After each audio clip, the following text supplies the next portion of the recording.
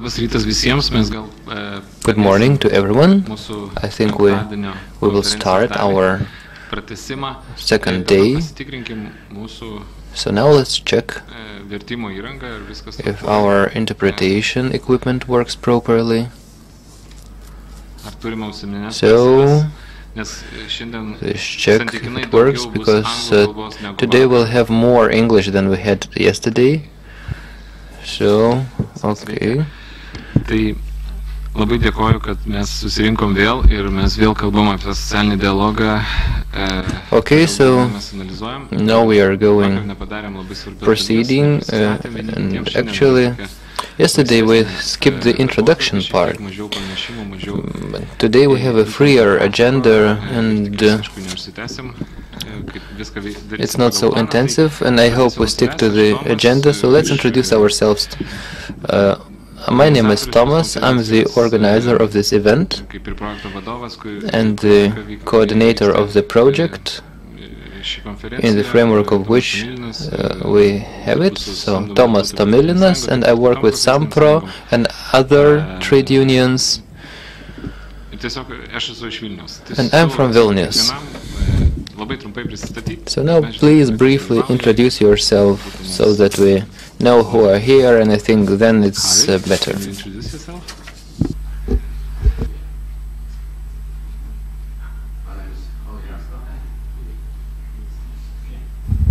Yes, that's good. My name is Harry Hestad, and I'm working together with Anna and Knut and the guys from Norway in the union Fagforbundet. I'm a politician too at the time, and I've been working around in different positions in Norway, all over Norway. Thank you. In public sector, of course. Thank you. Reikia paspausti mygtuką, o kalbėti lietuviškai. Kaip? Good morning. My name is Elena is from Ukmergė, and I'm a public healthcare specialist, and also I'm the councillor of Ukmergė district municipality and the member of the Party of Peasants and Greens, and I was invited by Thomas to participate in this project.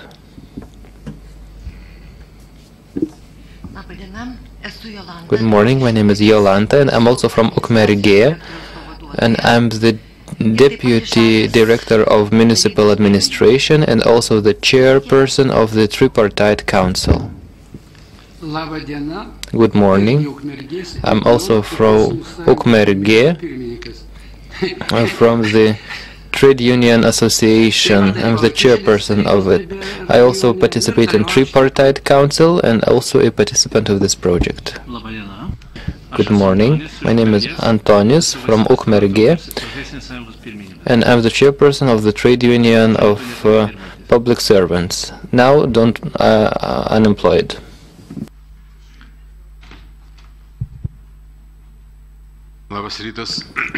Good morning. My name is Jonas Gricius from the State Labor Inspection. So I'm the chairperson of the Unit for Reception of Citizens and Law Application and the coordinator of labor disputes resolution in Lithuania. My name is Gintaris Petrienas from Zarasai, and I'm a farmer and the councillor of municipality of my district, and I live in a village.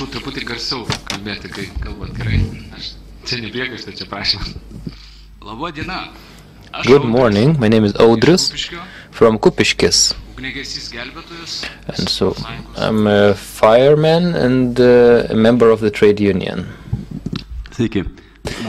Good morning, I'm from Kupiškis, and I'm also from the trade union of firemen. My name is Aurelijus Gricius from the labor services. Dalis Triškienė, the specialist on labor resources, responsible for a tripartite council at the Lithuanian State Labor Inspection. Andrius Bareika, the border officer and the member of the Council of the National Association of Officers Trade Unions. Irina Yudina, I'm the chairwoman of SAMPRO, the trade union of hired workers, and we try to reanimate the social dialogue and also the trade unions themselves, and also members of trade chains. And I'm also the member of this trade union from IKI chain. Good morning, my name is Zita from Visaginas, a teacher and the member of Presidium of the Trade Union of Educational Workers. My name is Andrius Navickas, the Trade Union of Educational Workers. Zina Genietienė, University of Mykolas Romeris. I'm the ecological farmer and the daycare center of children director, and I'm interested in labor relations and in trade unions. This is why I'm here. Good morning. My name is Rima Kiselienė.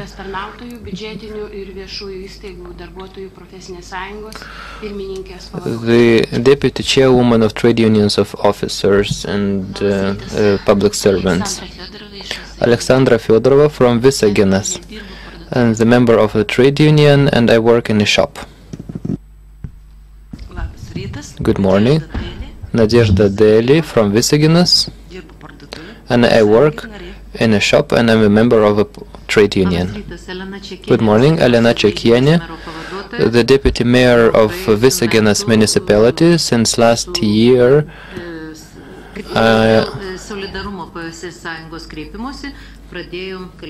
and we started considering a tripartite agreement at Visaginas municipality following a complaint from Solidarity.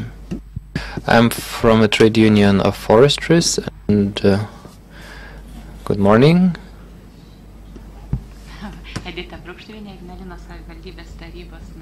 I'm a councillor of Ignalina district municipality, and at the company I work at, we have a trade union. Aušra Kacevičienė. I work at the municipality of Ignalina district at the Department of Investment and Strategic Planning. I'm from Ignalina municipality and at youth organizations also. Ignalina District Police Association and the member of the Council of Youth Affairs of Ignalina District.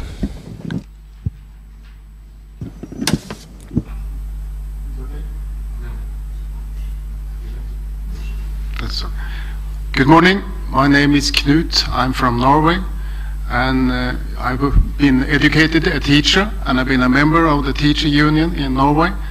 Now I'm working in a foundation that has been hired from Fagforbundet to work with tripartite cooperation in Norway, and that's the reason why I'm here.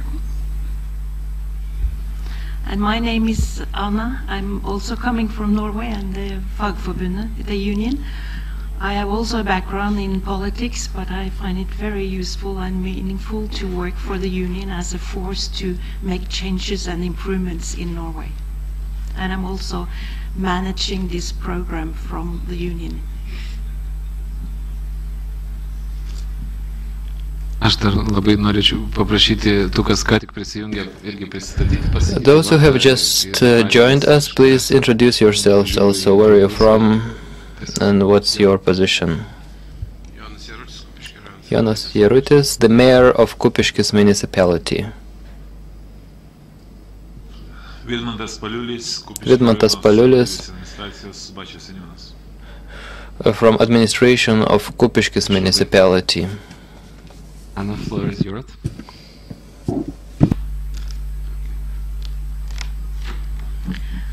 Well, thank you very much. That was very interesting to hear who all of you are. I don't promise to remember all the names, but it does help me to know which municipality you are coming from, and that we have a very good mix here today of people representing unions, politics, and administrations. And I'm particularly pleased to hear that there are many of these tripartite committees that you already have established, and that you are set up in a way where it's easy to try to fill this with the substance that we talked about yesterday. Today we are actually going to go into the fun part of what we want to achieve here. Because yesterday we were doing a lot of talking. Today we are going to do a lot more practical and coming to the doing. The British, they say that the proof lies in the pudding. And they also say that you can have your pudding and eat it too. That's even better. And that is what we are actually going to try to do here today. Knut introduced himself to you. I just have a few things to add. Knut is the director of a foundation called IMTech in Norway, and they are specializing in running processes for change and development. And IMTech was a natural partner for my union to work with when we started this process in Norway of trying to work from below and within the municipalities to start the process of change and improvement in the municipal services in Norway. So we have, Fagforbundet has worked with Knut and his people for about 15 years, and it was an obvious partner to bring along when we were going to share some of our experiences with you. I assume that most of you, all of you, were here yesterday, is that right? So you heard me talk a lot about what we think is the achievements of the Norwegian model. I'm not going to repeat what I said, but I think that there are a few key things that it's important to repeat. And something we are very proud of course, is that we have a society and a country where equality is considered and a quality indicator of our society. And employment, taxation, and redistribution is the system that we are using to try to achieve this.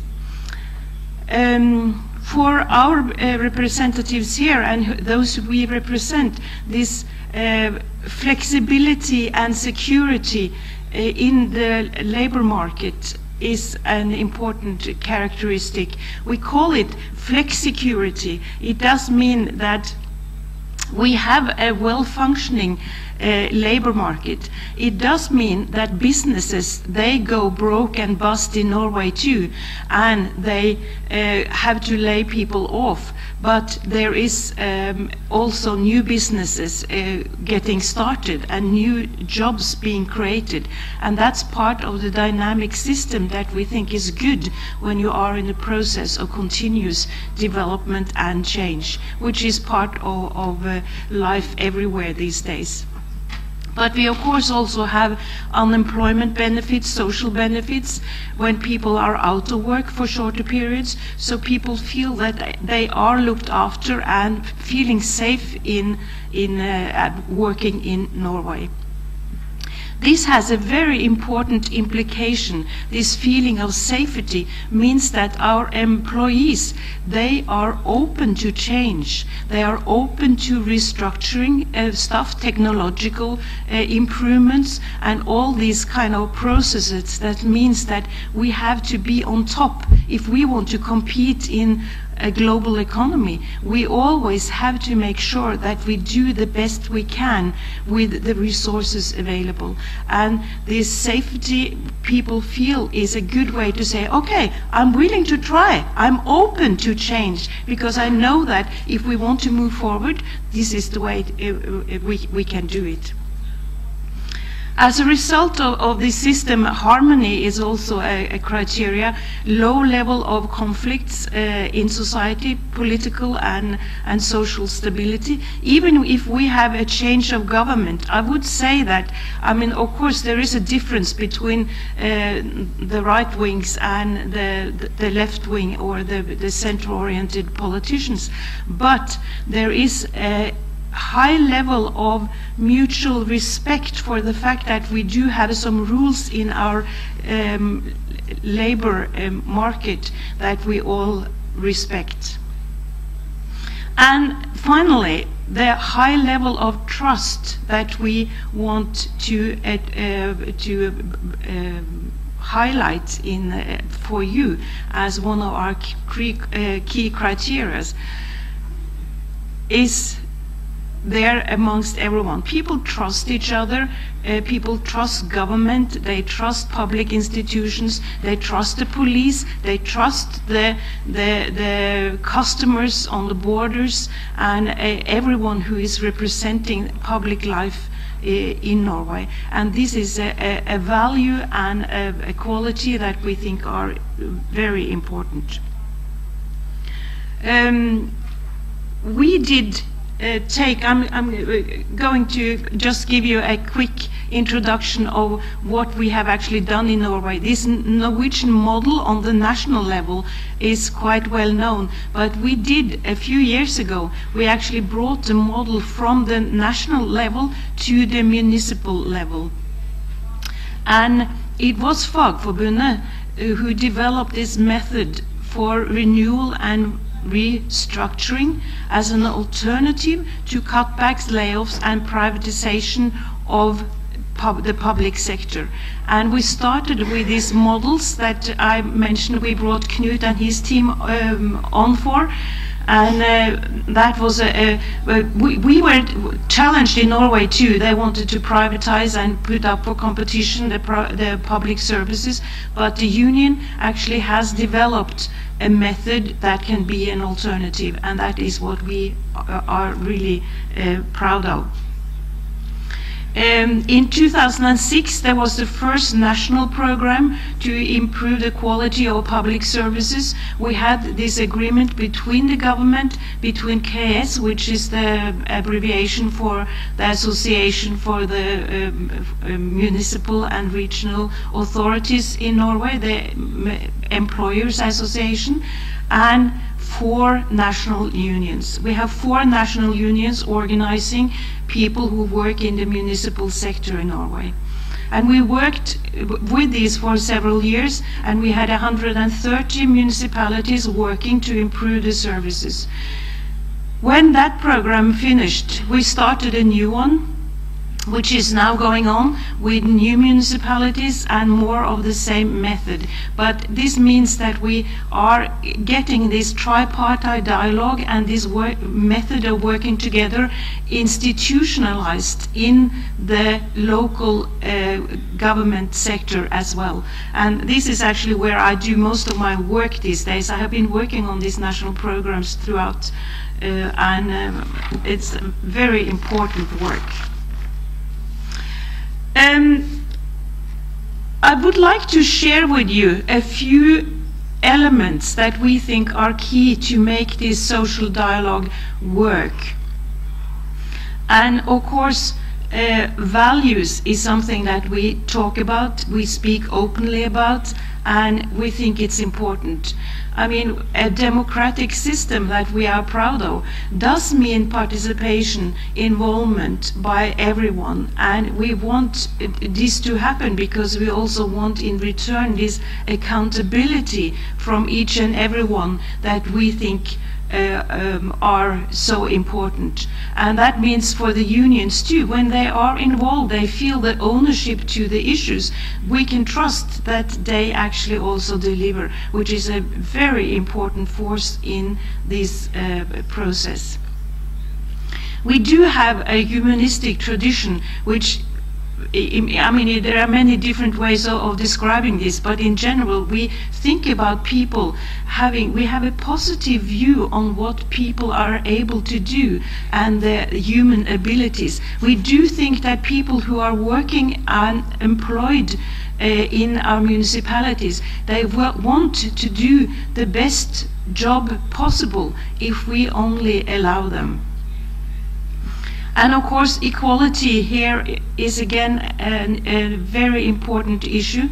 I will talk a little more about that later, but this mutual respect for each other and the trust that comes out of this way of working is critical.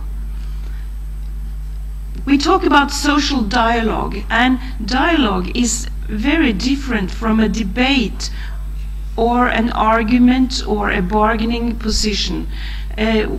Dialogue means we are not after winners or losers, but like some talked about yesterday, we would like to see that there are win-win situations and even win-win-win situations where we make sure that we make sure that everyone actually has a share and something that can be improved that will be good for them. And this understanding common interest and understanding the fact that we had this interesting discussion yesterday between the mayor of Ignalina and the representative of the Educators Workers Union here, and I think that's an extremely good example of how we have to try to understand each other's position and get an insight and tell each other what is the key things for me to understand to help you to get to where you want to go. And most of all, this understanding of how to tap into the human capital that we are all representing, that is really the source of energy that we would like to see more of. The tripartite collaboration is a kind of a tricky, difficult word. You know, they had very difficulties even on translating it into English, and for somebody or most of us it's kind of a constructed word. I don't know what about you, when you hear it in English, what does it mean to you? And that's what is really the key thing for us, to fill it with something that is meaningful and useful in the way we want to run our municipalities.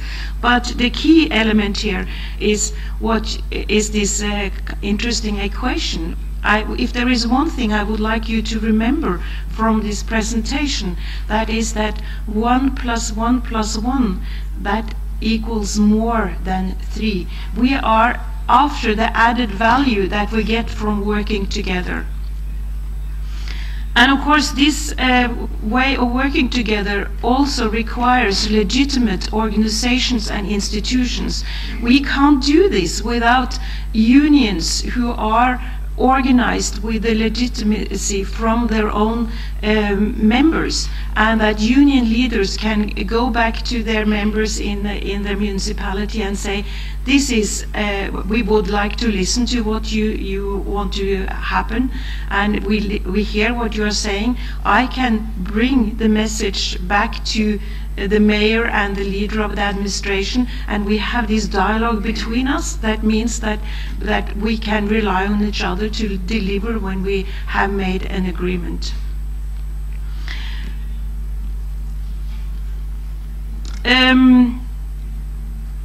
One of the other things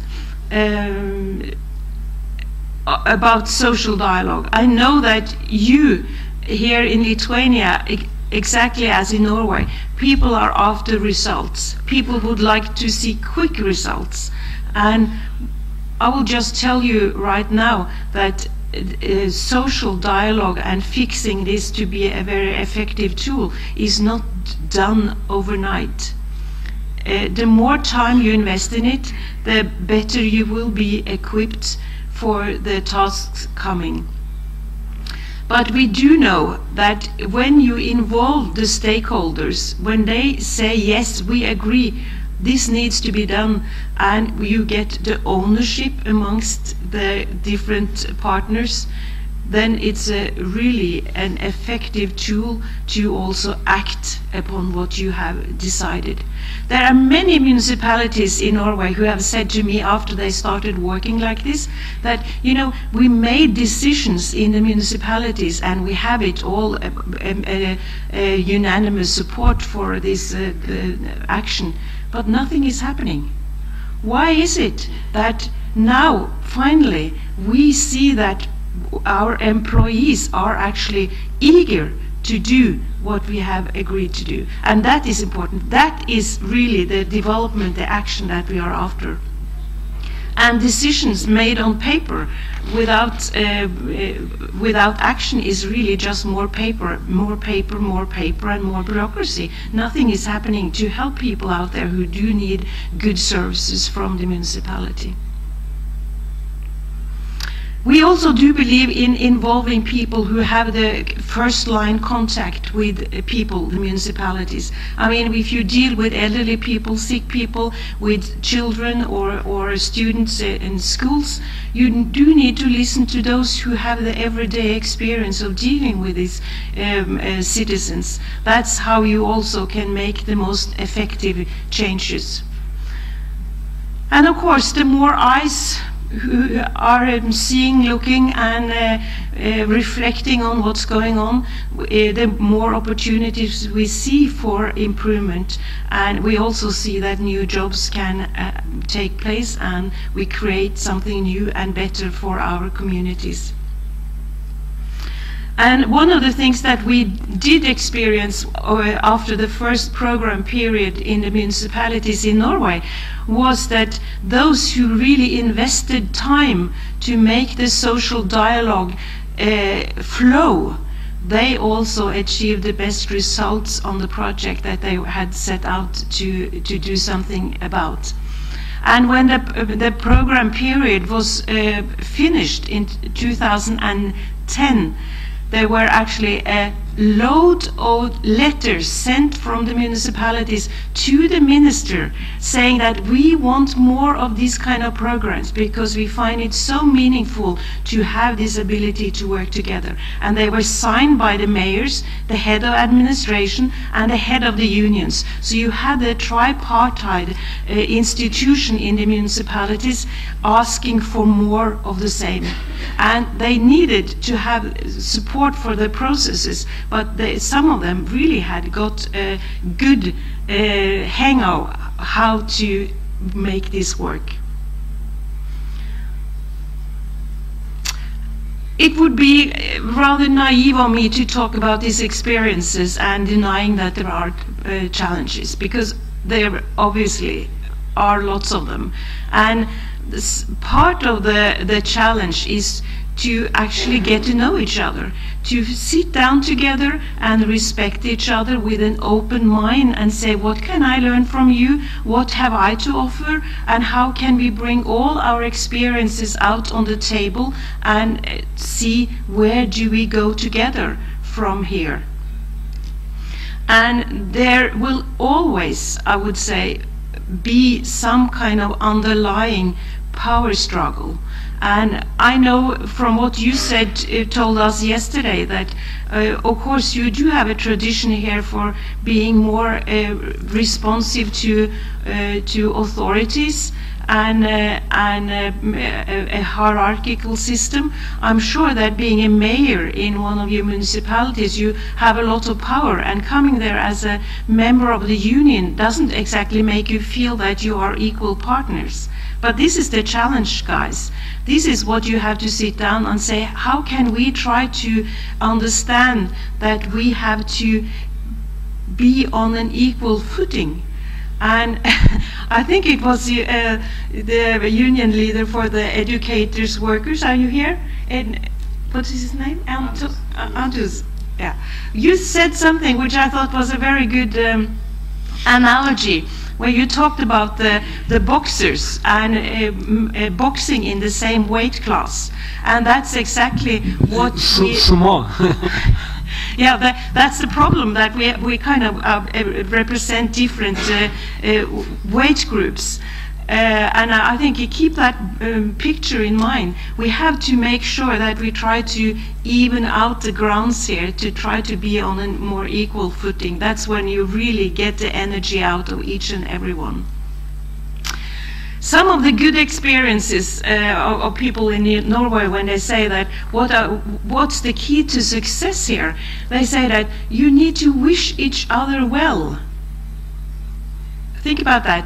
Enjoy the success of your partners, and to wish that your mayor really is having a success is as good as the mayor asking or telling the union leaders that I'm so proud of what you are doing. You are really doing a good job, and what you have achieved here is something that I would like to see more of.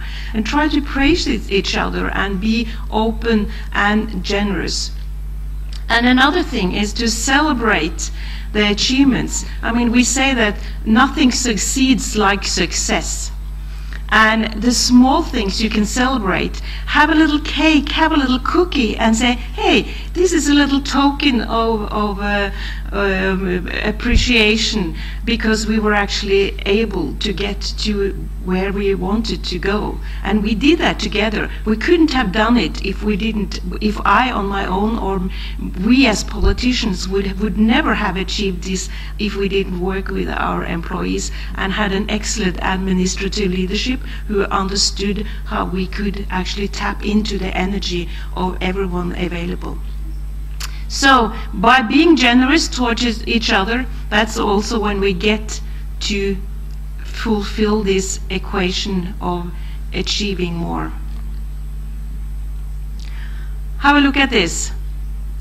A little illustration. You saw the first picture yesterday. And of course there are situations where we are competing over certain things. We disagree on stuff and we pull in different directions.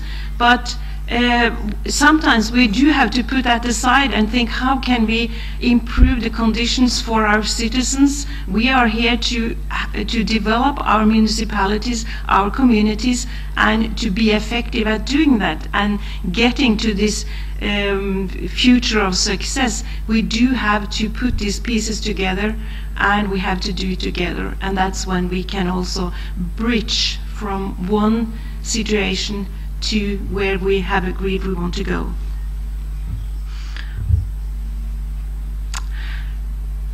I talked a little bit yesterday about this situation that we feel we are kind of trapped in, with not having the success we kind of expected from a free market, allowing us to believe too much in the financial capital and to think that the market would solve everything for us.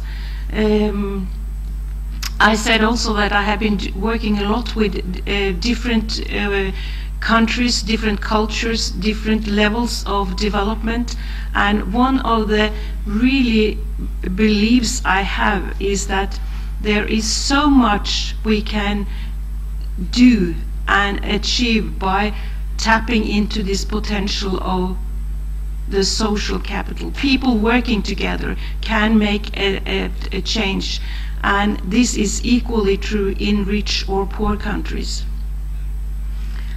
People can make a difference, believe in that.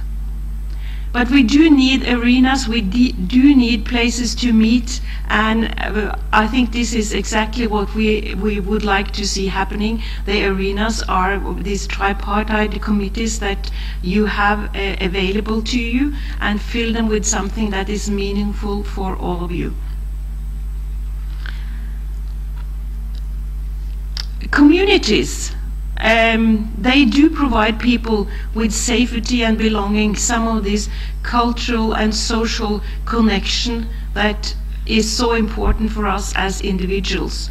And it does give us a sense of purpose, and also the mutual responsibility we feel because we are part of a community. We do care about people in our neighborhood, our families, and the people we love. And this is also about self-realization and also self-reliance in the bigger sense of the word. And I'm going to finish now, but you may also think that Norway has it's a rosy picture and that everything is easy, but that's not so. I mean, the fact that we have developed and we do believe strengthening this Norwegian model on the municipal level is just one sign that we need to have this ingrained in our own culture and amongst our own people. And there are threats to the Norwegian model, definitely, and we are much aware of it. We have had some successes over these 80 years that we can look back at, but at the moment, we feel, I mean, we are quite self-critical, the people who are representing Norway here, because we do have an oil sector that is becoming very dominant, and we see that as a threat to undermining the other parts of the economy. That's definitely a problem. We have a high labor immigration in Norway these days, and of course we do want people to understand that being part of the union, participating in society and be part and develop the workplace is important, but then we are also dependent on people seeing that, and if they don't have that experience, they may think that I'm best on my own, and that is not so. And we have a big job to do as a union to make sure that the union is presented in a way that it's a useful place to become a member and to work for our mutual interests. Norwegian economy also has a growing number of foreign owners who is not ingrained in the same kind of model and thinking as we are, which is of course another element. And we do see a tendency also to split up the kind of specific unions and being so many that we kind of lose the power of being united.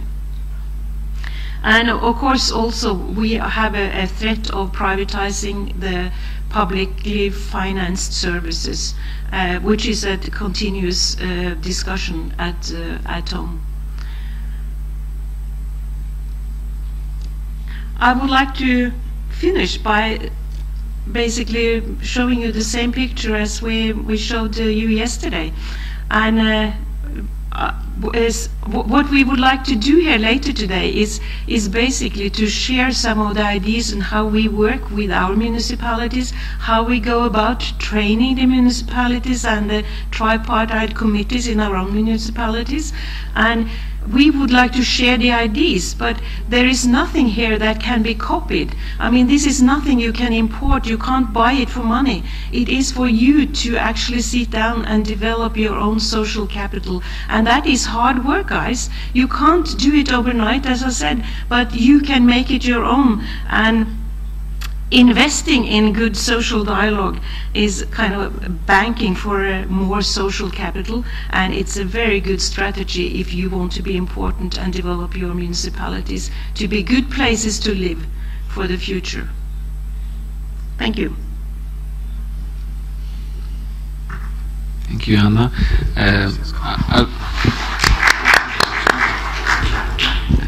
I would like to ask all of us, and I'm sure that Anna will agree. Well, maybe somebody has some questions straight away. Maybe you have some comments. If not, then I will pose a question to you. I hear that there are some people here who have experience in working with the social dialogue, maybe formally or informally. Maybe you have some remarks. What is the situation in Lithuania? How do you feel about the social dialogue in your municipalities? What challenges do you face? In this project, we have participated in a number of meetings that you have held, and we have discussed that. We have discussed the issues and the challenges that we face now in Lithuania, and maybe somebody from Ukmergė, for example, could comment, as they are sitting closest to me. Maybe you have some ideas, some remarks. Lena? I'm sorry, I'm putting you in the spotlight. Yes, you have provoked me.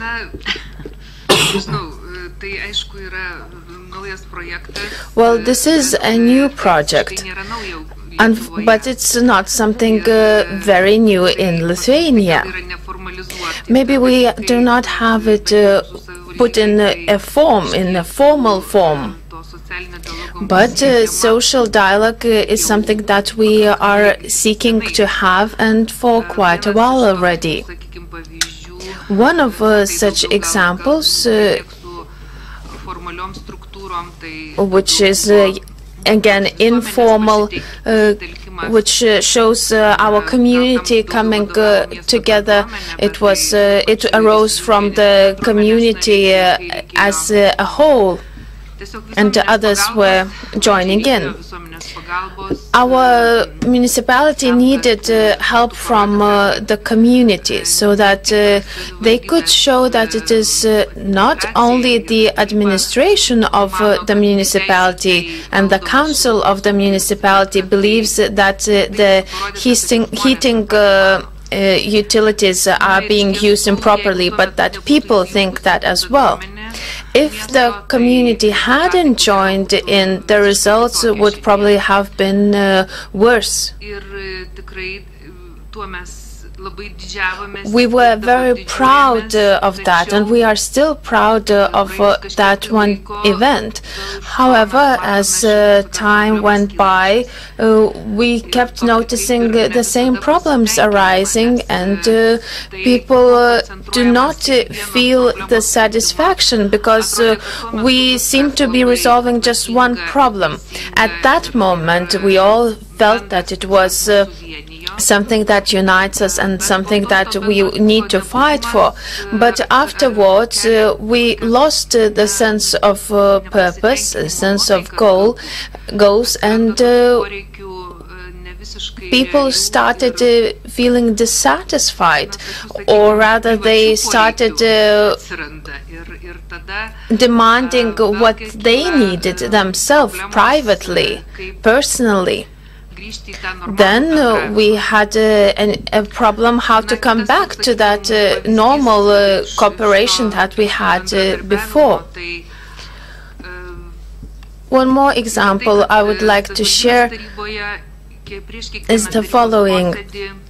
In the municipality council, before each meeting, we can come and express our opinion or problem. That means that anybody from the community can come in and express whatever they need at the moment. Usually those are quite private concerns, something that relates only to one or a few persons. However, we found that there was an issue of people living in one specific area of a town. It concerned a school, and all people from the community around the school came to the council, and they wanted to show that they were right.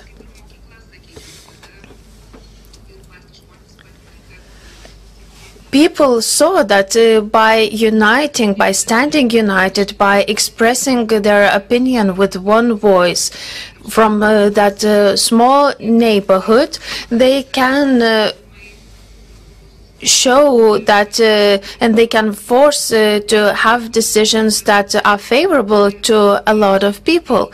So I believe that those first steps into going forward onto cooperation, albeit not with trade unions or businesses, I believe it's still important, as each of us are members of the community, and those that the representation by some other organization is not maybe the best, but we are doing this informally.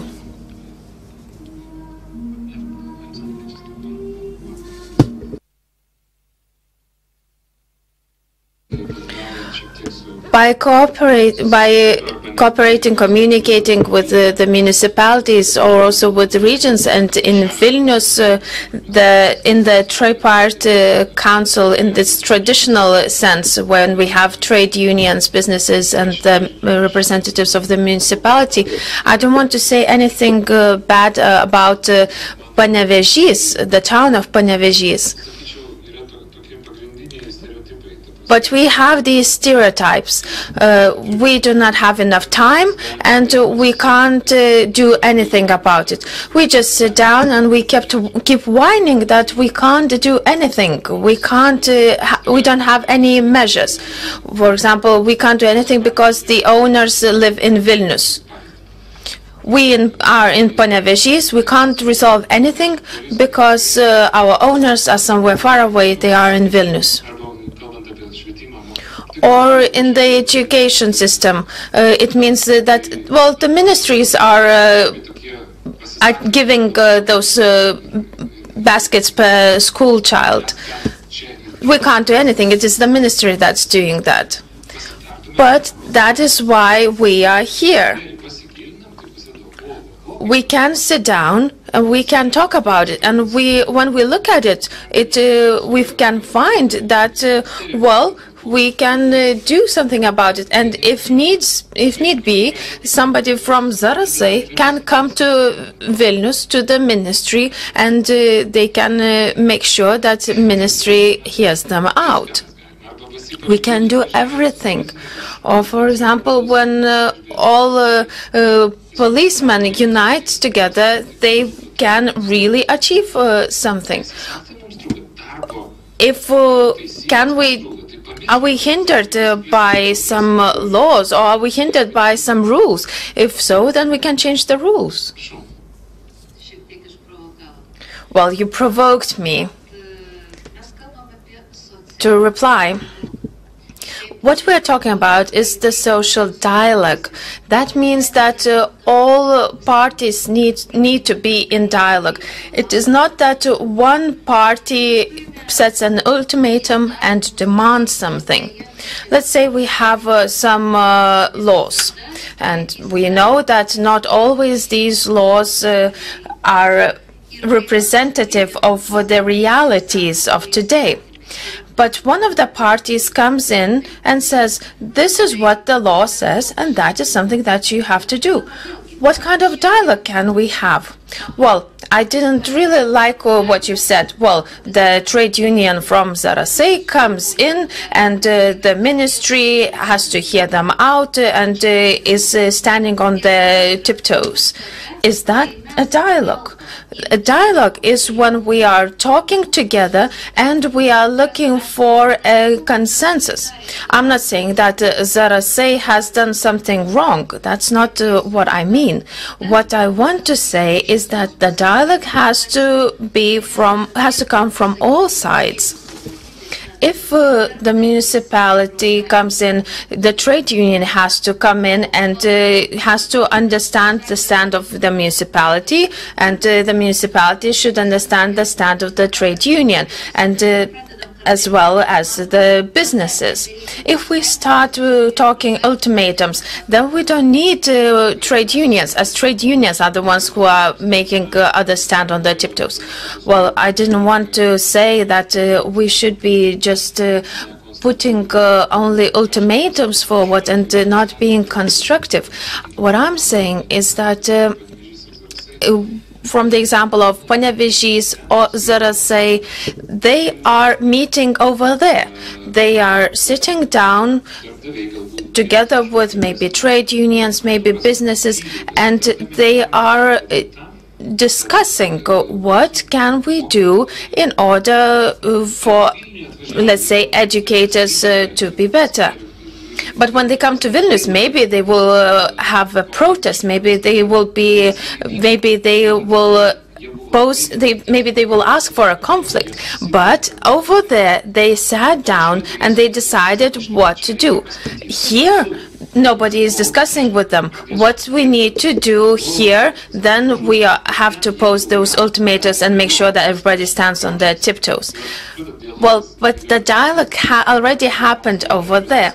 And that is something that Andrius tried to tell us yesterday. Until we have a very clear conflict, we cannot have a clear dialogue. I want to comment on something that Anna said, if you're giving me the picture.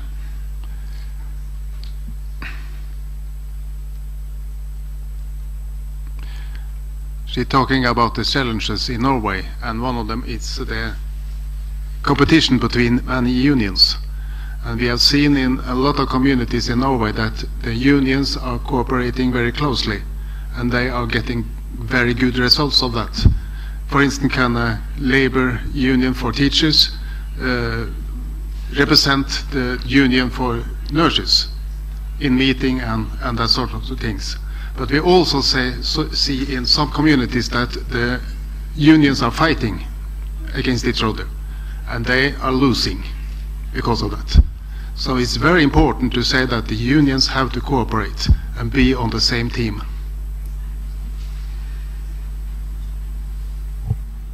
Can I just comment on some of the things you said, Thomas, about this?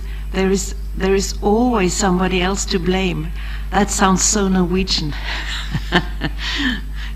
I think it's something very human in it, and we always find excuses why somebody else should have done something. They should have given us some more money, or we should have changed something. But this is really a process also to say that what can we do despite all these frameworks that are not ideal? We still have some room for improvement. But I also agree with the comment down here. You were the deputy mayor, Elena, yeah. Because I think it's very important what you said. I mean, this dialogue is really to try to find a consensus, and that is good in ways where we want to start the action. You have to make everybody agree on certain things to take the next step to act upon something, and that's why consensus is so important. Another thing that I think you may also be much aware of in your municipalities is that the law today is actually regulating a lot of the areas that politics used to be having a role in. And we are fighting that in Norway too. The municipalities feel that they are bound on the feet and legs and can't do very much because it's the law or there is something else. But we have to, I mean, the laws are made by people, and that's why it's important to have good connections too between the municipal politicians and the national politicians, because it can't be like the ministries in Vilnius are sending out these directives to you guys and saying this is what you can do, and it becoming smaller and smaller, and then it's meaningless in the end to call it a democracy because there isn't very much we can do anyway. And that's a very important discussion also when you, as members of the EU, and you get your directives from Brussels, and then they are sent from Brussels to Vilnius and down to your municipality, and then you can ask, so what is left for us to deal with? And this is a democratic problem that we are very aware of in Norway as well. Important discussion. I wanted just to give an example. When Elena was talking, I didn't have it in mind. But now I think that we don't need to be very radical. We're talking about the steps of a social dialogue. For example, Ukmergė, the municipality took over the heating utilities. And what happened? You started talking with the community. We are in this boat together. Let's do it together. But what happened on the national level? The representatives of the government officially started supporting one company, one business, despite everything that was being done in the municipality. So what do we do then when our prime minister is doing like that? Should we have a social dialogue? No, we should beat them. In this case, that's what we did. We went to court and we won the case. As I keep being mentioned in the discussion, I can't stop myself from saying my own remarks. When we discuss, we usually just say half of the truth. We probably are all right, but we don't put all those small details into one big picture. I really enjoyed the presentation by Sven, as I saw that we are thinking quite alike. We need to identify where we are, why we are here today, what's the problem. The problem is that at the moment we have a social monologue, and I agree with Elena that we are seeking to have a dialogue. But we have to admit that we are in different categories, that we have a monologue, we have a dictate coming from the municipality. There's no dialogue. That is something that we have to agree on. We have to acknowledge that we have this issue, we have this problem. We have seen yesterday from what also our Norwegian colleagues were saying, that without the social conflict we cannot have a social dialogue. We have to understand what the problems are, and then we have to unite in our community. We all agree that of course it were best just to sit down and have an argumentative, well-structured talk. Nobody wants to have a conflict. Thomas is younger than me, and he probably wants to fight more than I do. But later on, as we go in life, we see that social conflict is not a place where we want to live. To resolve a social monologue, we need to take certain measures to start having a social dialogue. And that is something that we are trying to do here today. We're trying to see what our different views are. It seems that we want to have the same thing, but then we all of us need to do our homework. Thank you. I would like to add to what has been said. When we are seeking dialogue, and the party of the dialogue will be looking for opportunity, but if you don't want to have a dialogue, you'll be looking just what is hindering your dialogue.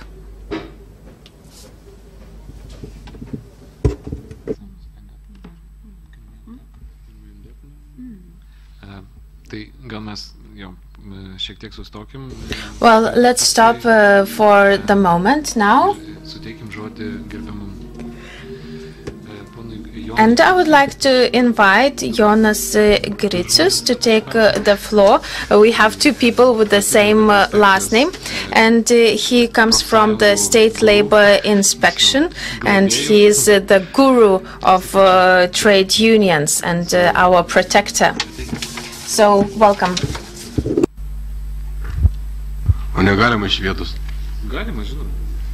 Can I stay here? Thank you. Well, you feel free to stay there.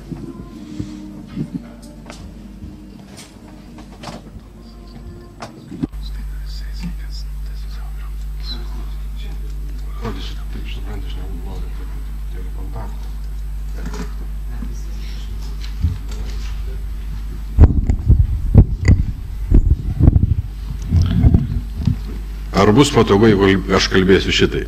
Aišku, nepatogu, nes mes nematysim ir nebus tiesioginio kontakto. Tai Gal aš visgi grįšiu į savo vietą.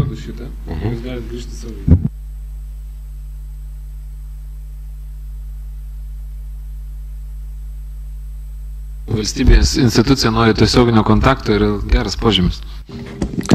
I think this is a good sign that the state institution wants to be in touch with the people.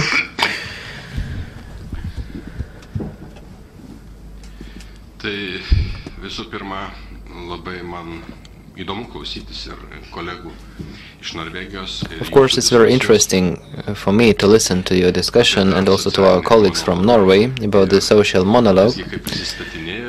So when introducing ourselves, I saw that we have more people from one part of the social partnership, and this demonstrates the trends. We have social partners and trade unions, so we are the active part. We often fail to understand each other because we don't have employers sitting here, or they participate in a very limited way, or they just listen but they don't express their opinion. Just a very small remark. We had quite a long discussion with a person from Employers Association, so this time we cannot blame them for being passive. They really were active and looked interested in the problem. Yes, but today they are not here. So I would like to give the regards to this conference from the director of the State Labor Inspection, Mačiulaitis, with the best wishes, and he apologizes for not being able to join us, but we are all a team in our inspection, and we work as a team.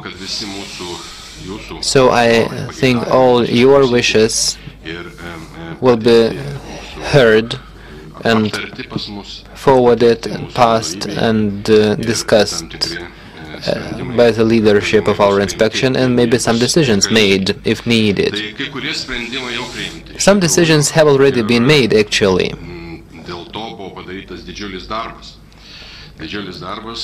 Lots of efforts were put for these decisions, and this is what I would like to present today.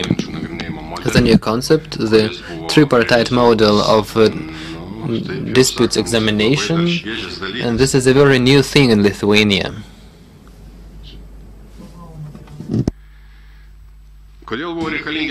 So why we needed the changes? First of all, we knew that the commissions for labor disputes used to work on bilateral basis. So they used to be created at the working places. So if some dispute arose, the employer had to create a bilateral commission with the participation of employees. Formally, it was a parity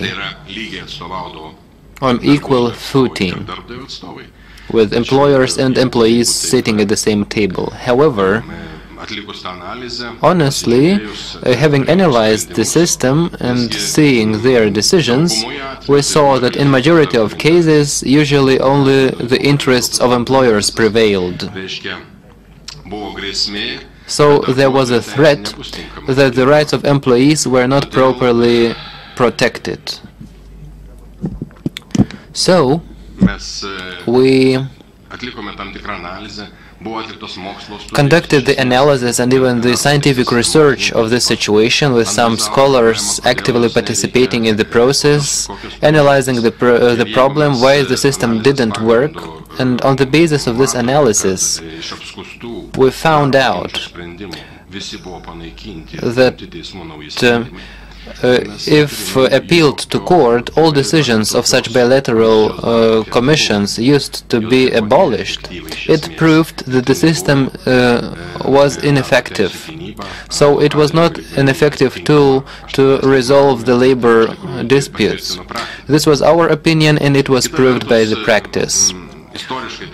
On the other hand, we saw that historically we only had administrative opportunity to defend employees' rights. So this was the legislative regulation on the labor inspection, that we had a say on a violation of employees' rights by creating administrative instructions or requirements. So it used to work for a while, but after some time, at a certain period, 3 or 4 years ago, we learned about the court's position that we act ultra vires, meaning that we go beyond our competences.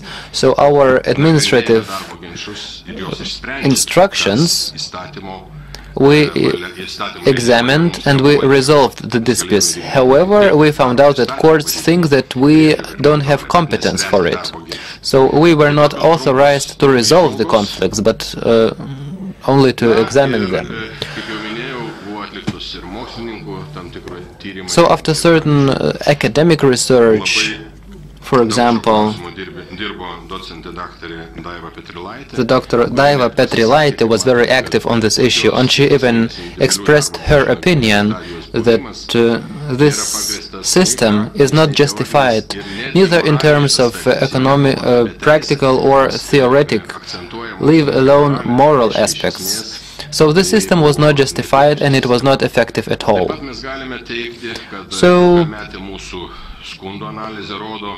also the analysis of the complaints has demonstrated that the social tension is not subject to external circumstances like crisis or immigration or employment level. We had exactly the same level of complaints each year, almost the same, meaning that the social tension is never ending in the sphere of labor relations. Having analyzed the international experience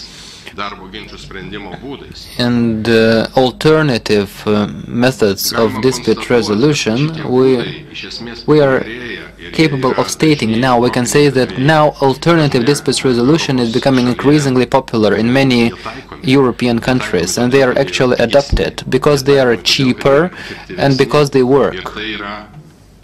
And this is an alternative to trials, because trials take long time and the employees' rights only are defended in 2 or 3 years when it's not relevant anymore.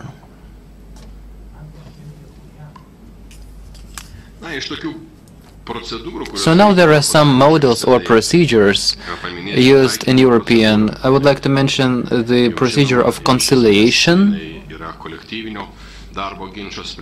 This is one of the forms of collective dispute resolution, with some third party coming in and trying to work as a conciliator between two conflicting parties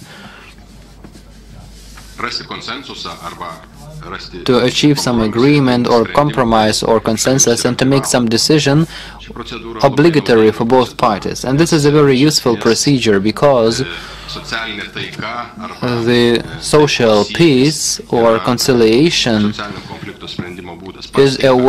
is I think the most proper way to overcome conflicts. The second possible application is the mediation,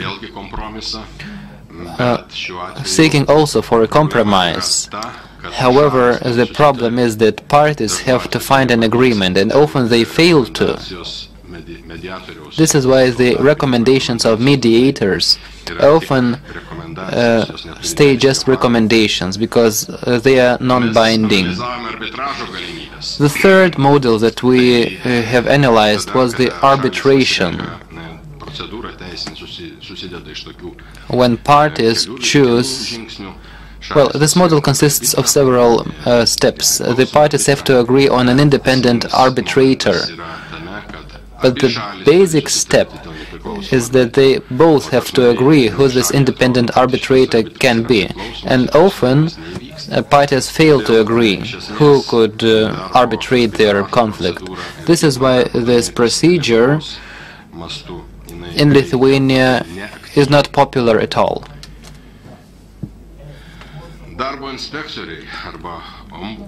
One more model is the model of labor inspectors or ombudsmen. It works in some countries, and even the labor inspectors are entitled to resolve the conflicts or the disputes. But for us it sounds quite doubtful, because they might be biased, or they might have their private and public interests in conflict, and it demands very precise regulations. But when the regulations are too precise, it creates the threat of over-regulation. So, having analyzed all the alternatives, we have opted for the Model 5, called Pre-Trial Alternative Dispute Resolution Model. It actually has the social partnership in the main focus. The dispute is examined at the pre-trial stage, with active participation of social partners. In this situation, we found a very good way out, a very rational way out for a small country like Lithuania is, because our studies proved that other models can be much more expensive, and we don't need some kind of specialized courts, for example. At least in our economic situation, we wouldn't like to have specialized courts for labor relations. This was the conclusion of academicians. So the pre-trial model of dispute resolution has been implemented by the Parliament, and now we can state that well, different models exist in European countries, and we tried to take the best of them. However, social partnership is crucial in all of them. In European countries with deep traditions of European partnership, such disputes often are resolved bilaterally.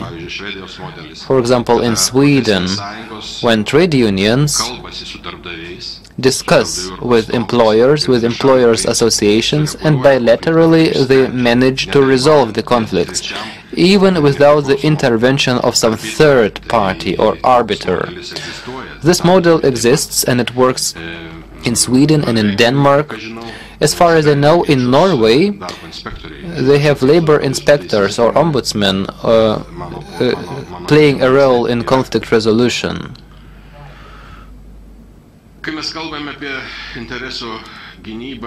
When we discuss the defense of interests, we have to keep in mind that the labor interest is an important public interest. There is no other values the workers can sell or use as a value rather than a commodity. So, if employees' interests are violated, they should be defended quickly and effectively. This is what we believe in, and I think it already is happening. In the end, we'll present the brief results of this new model. So this is the new model, the tripartite principle of labor disputes resolution, with the Labor Commission working permanently in each territorial branch of state labor inspection, and this is an obligatory pre-trial procedure, meaning that the courts will not accept complaints if they were not addressed by the dispute commissions. And I think the principle is very important here, with three parties participating: from the government, from the employees' organizations, and employers' organizations. This is a unique thing if we want to achieve agreement, or to peacefully resolve the dispute, or to find some compromise.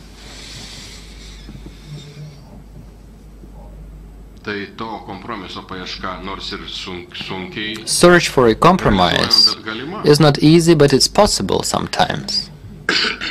Na, tiesiog gal trumpai taupydamas laiką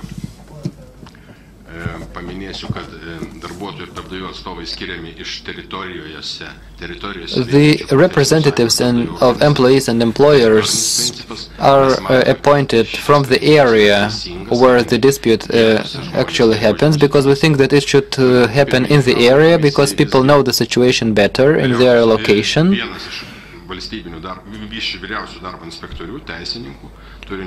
And the state representative holds the presidency of the commission. They must be legal specialists, and they need to have experience in this sphere. So we had the selection and the competition, and the chairpersons of the commissions were appointed. So the form of work of the commission is meetings. The complaints can be submitted both by the employees and the employers. Some time ago, employers were not entitled to complain against the employees. They only could sue them. So now we also get some complaints from employers, actually, on labor disputes.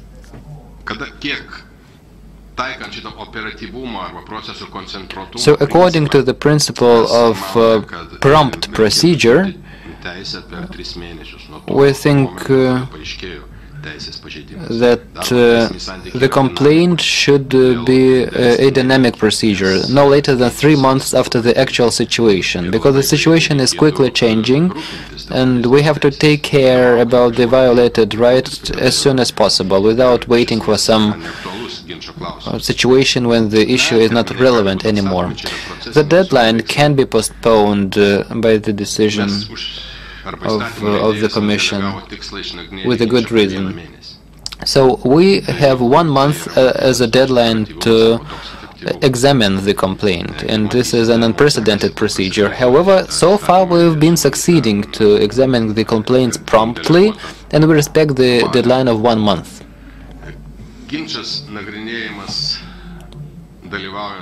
Disputes are examined with the participation of representatives of employees and employers. However, if they don't participate, there is an opportunity to conduct default decision, so to say. If some party fails to participate, though they were informed about the meeting, to avoid the protraction of the whole procedure, it's possible to make decision without them. So what we would like to stress, dear colleagues, is that the activities of the Commission predominantly are about finding a proper agreement acceptable for both parties, or the peaceful agreement or settlement. So this is what is the main goal of this Commission, is to achieve the social peaceful settlement. So if some individual case is resolved in a settlement, it can be seen as a precedent. So we can use this as a model for compromise search in the future. Definitely we don't have many settlements so far. From your discussions we can see that reaching a dialogue or some agreement, so far we are not that peaceful yet. But often we want to put pressure on our partners. I think it's not a civilized way, Thomas. But it's possible, and sometimes we have to adopt some radical measures. And also, we decided that we make the decision the same day, so that we avoid the protraction and we don't waste the time of employees and employers. So we just make decisions very quickly and in a concentrated manner. Another important thing is that the decision of the Commission is the executive document, meaning that if some party doesn't respect the decision, we can adopt the bailiffs services and law enforcement agencies. Of course, it's not a very good situation when bailiffs have to work because it costs. So usually we expect the decisions to be respected, and usually they are. So, briefly, the situation after 2 months of this institution being put in practice.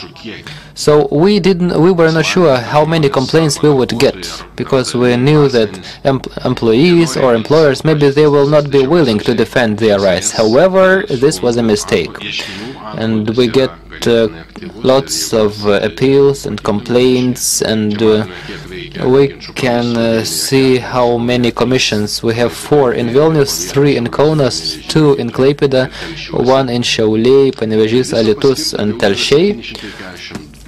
So altogether there were 742 cases, and this is a large amount. This is much more than we get complaints at the labor inspection. And simultaneously, we also have the labor inspections examining the complaints on the violation. So this is a huge administrative burden for our inspection. So during the first 2 months, we have examined 23% of cases, and I think this is also a huge efficiency indicator. I think it wouldn't be possible to do in a courtroom. In one month, it wouldn't be possible to defend the rights of people, because for the court it takes only 1 month just to start the preparations. In 40% of the examined cases, the requests were satisfied. In 18% partially satisfied, meaning that the Commission took a positive decision on almost 60% of cases.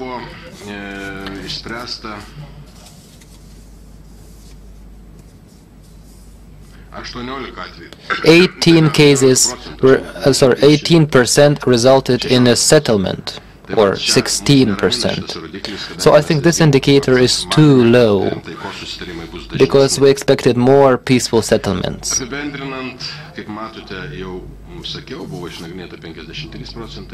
So altogether, as I said, 53 looked into, and in 70 cases the complaints were withdrawn, meaning that the very fact that someone submitted a complaint was already a solution. So even before the Commission started to examine, the parties managed to agree.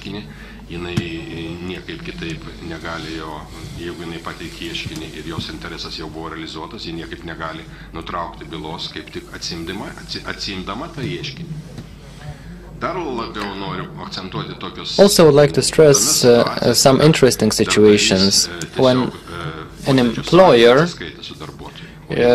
repays the compensation to employees immediately at the room of meeting. In 41% of cases, parties managed to agree, and in 19% the requests were not satisfied. Meaning that the Commission is not biased, and of course not each request will be satisfied. Only legal and legitimate interests will be protected, not each interest. So how can we preliminarily evaluate the functioning of the institution? The institution is very new, so this is a very preliminary evaluation after the 2 months of the work of institution. I think this is the tripartite model working in practice. And the very principle, the model is based on tripartite examination. And actually these commissions hold their fingers on the pulse of social situation. They are good experts of the situation. And I think this is very good for the social partners to learn the negotiation skills and skills of looking for compromise.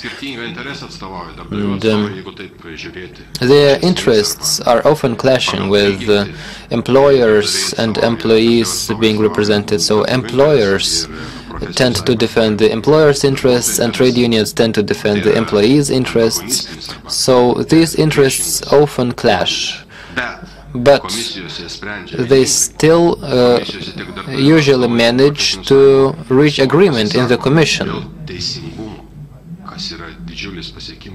And I think this is very important because both parties stick to just and correct decision. And often it's very good for social partnership, and it's very good for identifying the fields of social tension and to manage these areas. And I think that after these 2 months we still think that our predictions were correct, that the procedure will be quite prompt and effective. I think we can see it from this brief analysis. The simple procedure enables us to avoid the protraction of the whole process. And also I would like to stress that this is the collegial work, the collegial institution defending the rights in the sphere of law. So thank you for your attention and patience, and all the best in your further efforts. I think these are very important efforts, because the social partnership or the social dialogue, I think this is the future of labor relations.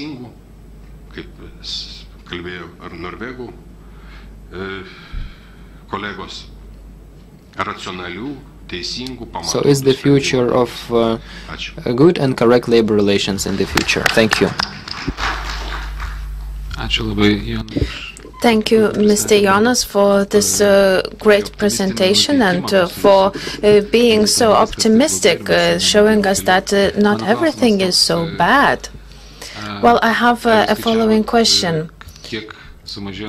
Have you looked into the fact how much burden was taken off the courts?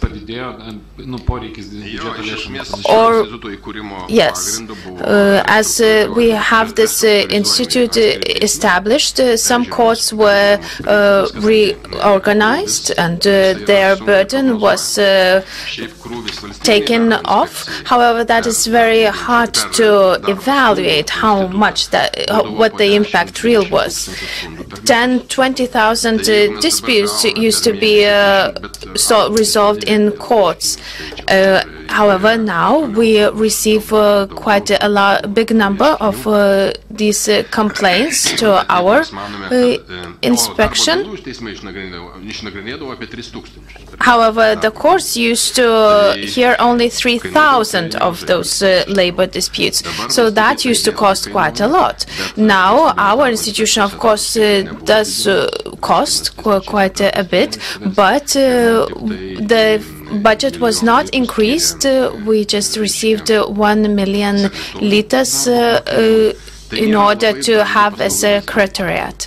So it's not a very expensive service that we are providing if we were to look from the economic perspective. Now, I would like to also talk a bit about the disputes themselves. 90% of disputes are because of the wage paying.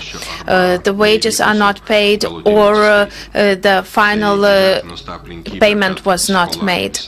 So debt is always debt. We believe that quite a lot of our decisions will be taken over by other institutions who will have to find those monies, that money. You can't stop paying a salary or a wage, because it just shows that your employees are not employees. You are not protecting the person in a social manner. I believe that is something very strange and bizarre. We have some disputes. I keep talking about complaints, but they are disputes, and that they have to do with the change of agreement, also about discipline or and other different questions and issues. As you here are representing various regions in Lithuania, I would like also to note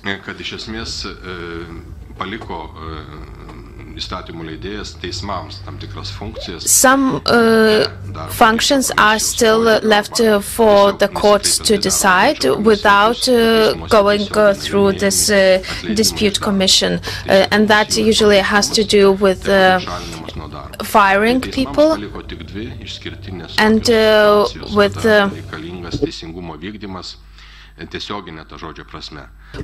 preventing people to continue their work. So that will be still decided in courts. So we are also talking about a quasi justice, but that's the case. Do we have any questions? Maybe you would like to ask, comment.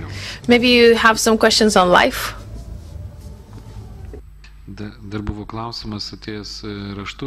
We had a written question. Maybe we will be looking at it after the coffee break, as we are running a bit late and we all want to have coffee. I would like Ms. Misevičienė to comment her question and what you wanted to ask about youth unemployment and about their education. But maybe we can do that after the coffee break. Thank you. Thank you for coming back. I believe that we have already started some group work, and that is a very good sign. Now we will be working more together in groups rather than just listen to some presentations. And in groups we will be able to discuss where we are and what we can do next. But that we will do after lunch. Now, till lunch, we will be watching a short movie, which was brought to us by our Norwegian colleagues, and we will have lunch 20 to 1. 10 minutes later than it is said in your agenda. After lunch, we will come back and we will have group work.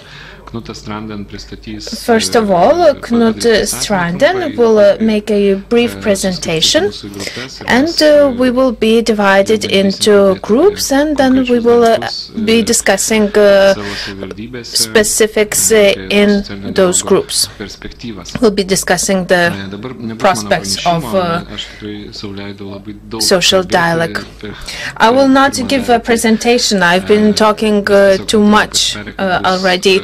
But we decided that now we will show a movie.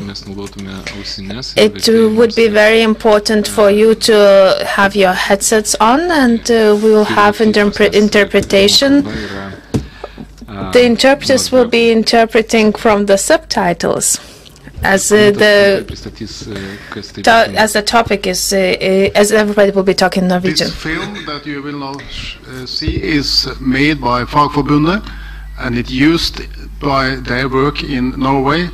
And this community is a small community, an hour with a train from Oslo.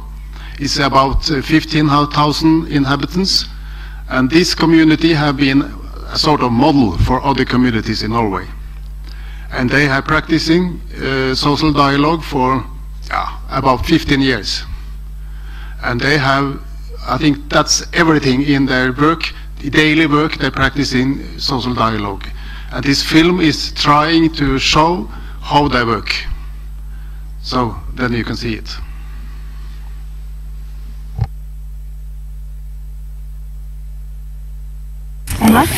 Vi har det på her da.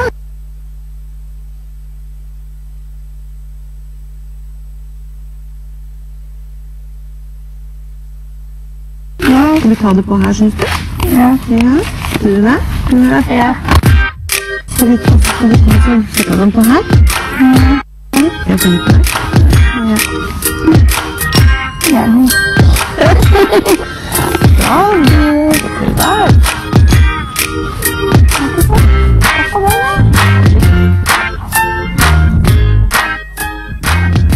Visjonen sammen med, eller sammen om, det er ikke bare ord. Det er faktisk noe som gjelder i hverdagen, og det er vel det som inspirerer oss, at det virker over hele kommunen. Det er ikke bare noen få steder, for eksempel på rådhuset, men det virker helt ut til den ytterste utkant.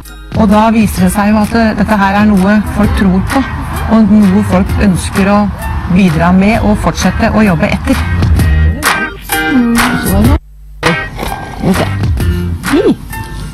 Har du glitter av den? Ja. Har du det? Jeg jobbet også i Øvre Eiker kommune på begynnelsen av 80-tallet, og var tillitsvalgt, nyutdannet tillitsvalgt. Og da var det litt sånn, det var oss mot arbeidsgiver, men sånn er det ikke lenger. Da er vi sammen om, sammen med. Og som Rune sier da, fokusere på det positive, finne de gode løsningene sammen. Så kommer vi sammen helt til mål.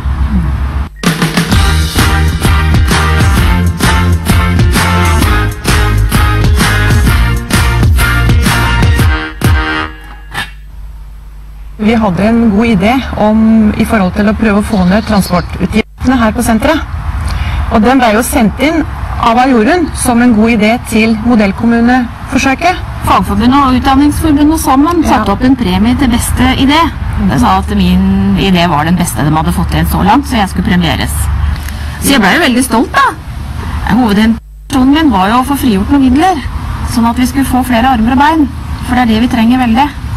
Mitt forslag var i utgangspunktet at de som kjørte med drosja, de betalte en egenandel, at den egenandelen skulle være til reell kostnad, altså hva det kostet å kjøre drosja, for det var bare en prosent av hva det kostet de betalte. Og at de som hadde egen bil finansiert av Rikstrygdeverket, måtte faktisk bruke den for å komme til jobb. Og så ble det satt ned en prosjektgruppe som begynte å regne på ting, og kom frem til å gjøre det på en annen måte, at det lønte seg å kjøpe en bil til senteret her. Så det er jo aldri noe problem å en telefon, for eksempel til rådmann, eller til ordfører, eller til andre i kommunen. Jeg håper inderlig at det kunne inspirere andre til å tørre å komme med ideen, for det er der den store bøygen veldig gjerne ligger, at min idé er ikke noe god, så er ikke det vits at jeg sier det en gang. Det er det som er så fint med modellkommuneforsøket, at det er ingen idé som er for liten, det er ingen idé som er for dum. Det var nok mer skott før, så det var vanskelig. Du kjente ikke de andre. Nå kjenner du dem, både i ansiktet og du har pratet med dem, så det er lett å be om bistand og hjelp, samme hvem du ringer til.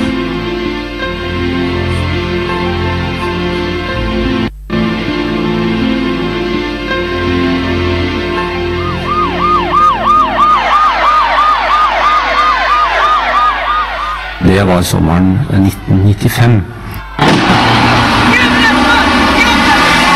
Da kom Øvre Eiker og Hokksund på kartet, bokstavelig talt, i form av at da var det en nynazistkonsert her, som fikk massiv pressedekning. Det var sammenstøt mellom demonstrerende blitsere, politi og nynazister. Det var personskader, det var noe nær et gateslag, nesten. En særdeles negativ hendelse, men da skjedde det noe, tror jeg, også i form av det med folks lokalpatriotisme, den stoltheten over bygda, bevisstheten om at dette er ikke noen nazibygd. Det oppstod helt spontant en folkebevegelse som selvfølgelig markerte veldig klart avstand mot intoleransen, mot nynazismen osv. Et grunnleggende spørsmål for oss ble jo hvem er vi til for? Hva er det som betinger eller berettiger at Øvre Eiker er en god kommune? Noen sånne helt fundamentale, eksistensielle spørsmål. Og det var jo der drømmen ble viktig for oss. Rett og slett, hva er det som gjør at Øvre Eiker kan bli en god kommune? Vi er en lavinntektskommune, så det er ikke pengespørsmålet som er det som alene skal løse alle våre utfordringer. Men skal vi klare å bli en god kommune, så må vi altså klare å forene alle de gode kreftene. Entusiasmen, motivasjonen, patriotismen, lokalpatriotismen, ildsjelene.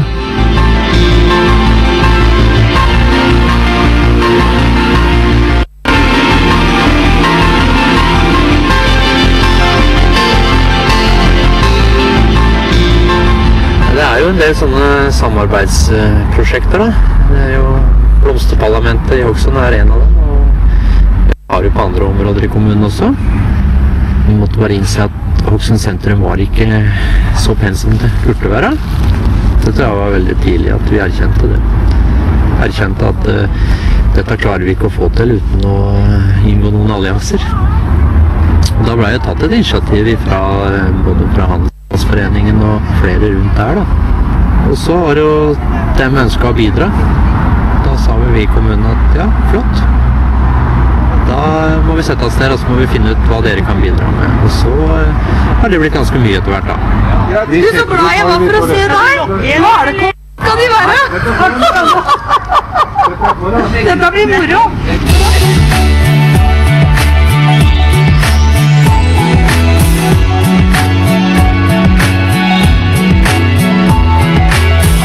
Ja, vi har styret på den siden, altså på den... Nei, mange. Ja, men på den tvers over for den... Ja, der kan vi prøve med bjørkespyret. Her er det 5. Da tar vi en flott til deg. Ja, da er det bare ett vedd med de røde da. Men du er ikke der. De røttene, hvor skal vi plante dem med nå? Det er hesten min da. Jeg skal hesten din da. Har du fått leverten min da? 3 stykker. Ja, virkelig bra at det er noen som gjør noe. Det er bra. Kos deg å si dette har jeg vært med på. Så blir du så fornøyd med deg selv at sant, Odd? Her er et veldig sånn konkret greie på at det er et samspill. Uten disse her så hadde du ikke hatt noe flott blomstergate. Det skaper eierskap og entusiasme, det er helt klart, og de får mye fint tilbakemelding. Folk koser seg, og det gjør noe med hele bybildet. Uten kommunal innsats så går det ikke. Sånn må det være. Det må være litt begge deler.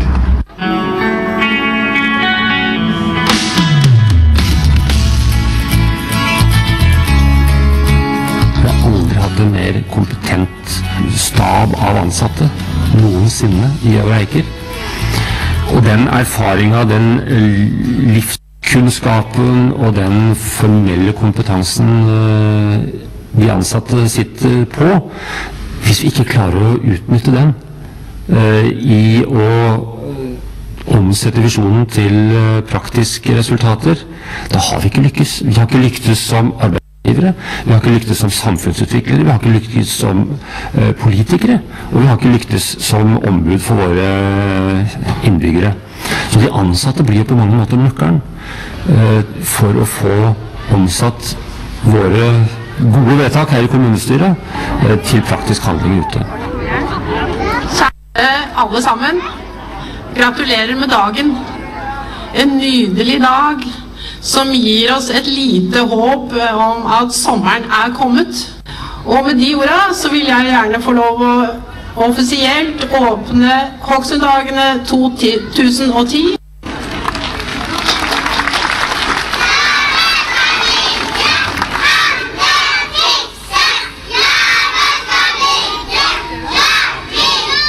Vi må stille krav som arbeidsgivere til administrativ ledelse, og spesielt kanskje på mellomledernivå. Altså, det mellomlederen som limet i organisasjonen på mange måter. Og ledelse som fag på det nivået der, det tror jeg blir enda viktigere i tiden som kommer. Er det noe vi kan kalle en gylden zone, særlig når det samspillet fungerer mellom det politiske demokratiske nivå, kommuneansatte som kompetansebastion, og de som bor i kommunen, som altså ildsjeler. Vi har kalt midtpunktet der dette møtes for den gylne zonen. Det jeg vil nå at vi bruker litt tid på å tenke litt gruppearbeid rundt dette. Hva mener dere de mest viktige faktorene når det gjelder å ha suksess med firepartssamarbeidet? Altså, hva de viktigste faktorene? Her har vi trekanten, vi har politikere, så har vi administrasjonen, og så har vi de ansatte. Hvor vil du ha innbyggerne? Ja, I sentrum? Det bør vi. Innbyggere I sentrum. Sånn. Og så var det hvordan da? Ja, trepartssamarbeidet jo tuftet på likeverd og respekt. Og det tror jeg vi har vært ganske flinke til å jobbe med I organisasjonen vår. Men når vi også involverer innbyggerne, da må vi også på at de med I den prosessen. Vi har jo en misjon, og den sammen skaper vi et livskraftig Øvre Eiker. Og da tenker jeg grendeutvalget I den biten kjempeviktig, for det der vi treffer innbyggerne. Så vi politikerne som står på toppen her, vi må møte innbyggerne på et sånn deres ståsted. Men når det gjelder de grendeutvalgene, så tror jeg det også viktig at vi som fagorganisasjoner deltar på de grendeutvalgsmøtene, slik at vi også kan I den sammenhengen ta vare på de ansattes interesser når det kommer saker som gjelder de ansatte. Ja, du kan si den store endringen som jeg føler, det at fagforeningen ikke lenger I den situasjonen at det blir tatt beslutninger over hodet på oss. Nå vi I mye større grad en del av det må være med å ta beslutninger, fordi at vi har en mye bedre og nære kontakt opp mot det politiske liv, som tross alt dem som bestemmer I kommunen. Men nå får vi muligheten til å delta, og vi må jo jobbe for å få alle våre medlemmer til å kunne, og alle ansatte I kommunen, til å være med og bidra til disse beslutningene som skal tas.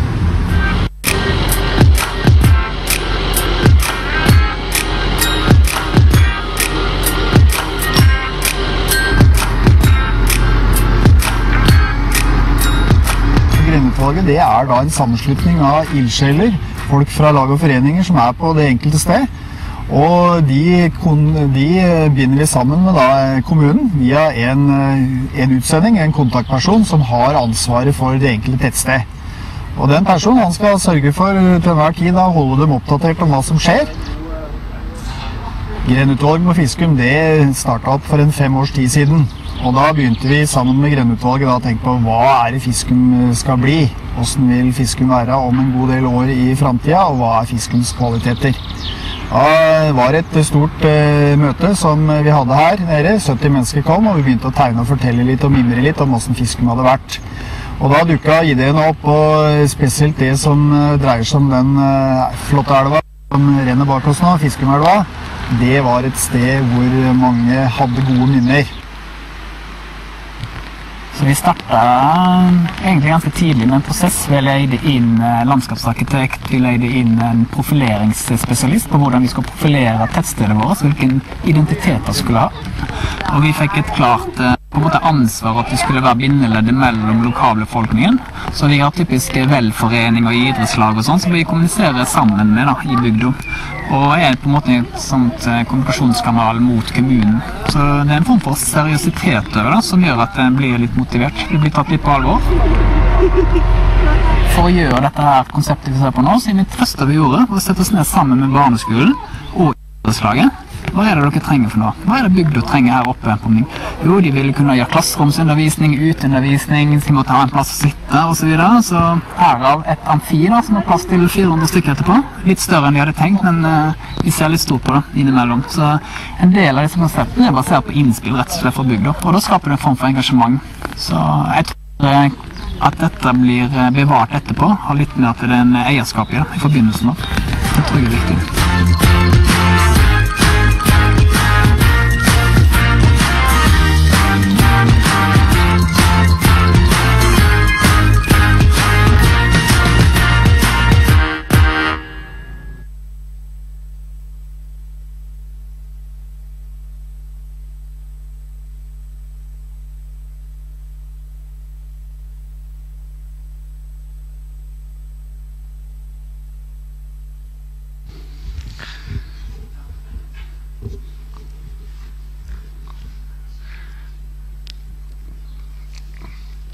Dabar laikas jūsų komentarams, aišku, savo patirčiai, aš net nebijoju, kad Lietuvoje yra turbūt ir gražesnių pavyzdžių, bet tiesiog pasidalinkim prieš pietus nelabai sunkia informacija, bet pavyzdžiui, Jonas apie savo patirtį, kalbant su žmonėm kas mėnesį arba dar apie tvarkymus.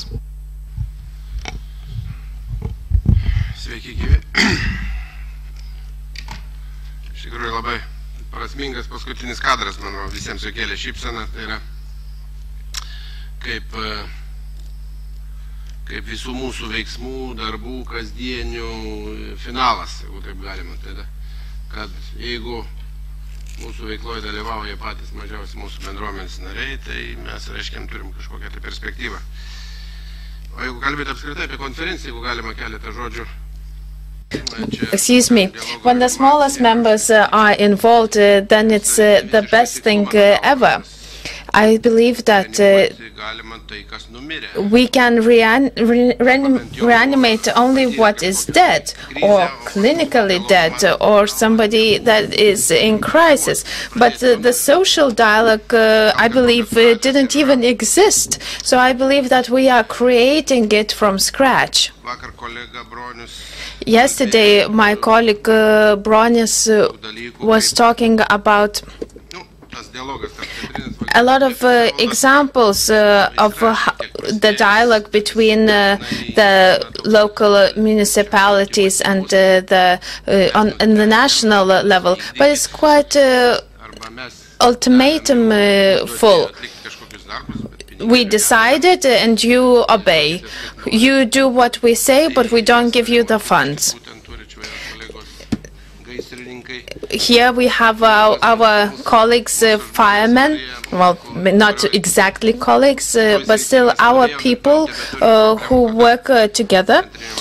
We have had these issues when the central government tell us to perform our task as firemen, and we decide where we would need to have these places, and then the central government says you don't need to have the firemen there. So we have this paradox. I am an elected officer, and I should first of all do what my municipality council has decided. But without bigger financing, I cannot perform that. So there is this conflict. Then I say to the central government, the funding defines the quality. So if you give us these funds, that's the quality of services we can provide. We have been having this dialogue in inverted commas for 4 years now. And Lithuania has some practice, some experience when municipalities have taken the central government to court, and we have prepared our documents as well, and maybe that's the course we will have to take. So that is my experience.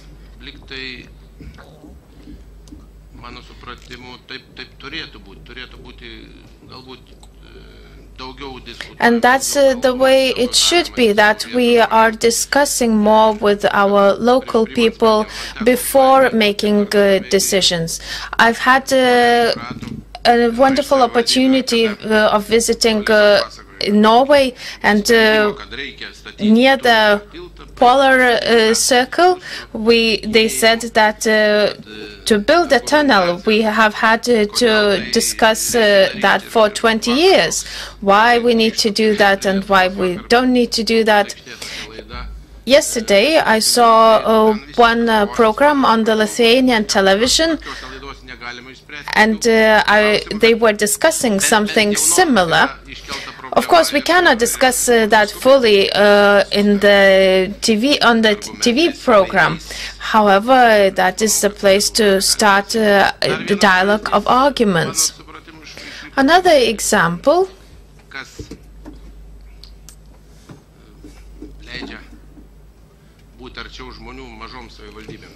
which allows the smaller municipalities to be closer to people is the fact that we are open. Here I've been coming in and out because I'm also doing some other work at the same time. I need to go to some ministries. I go to a ministry and I'm not let through by the security. I'm not sure why should we be afraid of our citizens. And some municipalities are the same, especially in the bigger towns where you have security and you are not allowed to go in. Or then they have the so-called principle where you go and talk only to one person and one person has to deal with all questions. And that's how we fail to have a dialogue. We should be more open to each other. If we were more open, then maybe the decisions made would be for more long term. Now, what are we doing? We had an initiative with the Vidmantas, where we have meetings with the people. Anybody can come or leave, and we discuss various issues, various problems.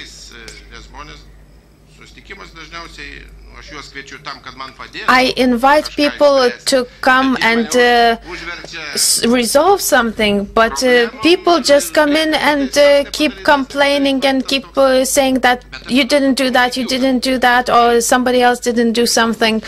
But I hope that this will pass, and in the future we will finally have a proper meeting, and we will be able to prioritize what's more important for our community. I would like to thank our colleagues from Norway that you are sharing your wonderful experience in the movie and with your presentations. That we, of course, have a lot to learn and to steal some of your ideas.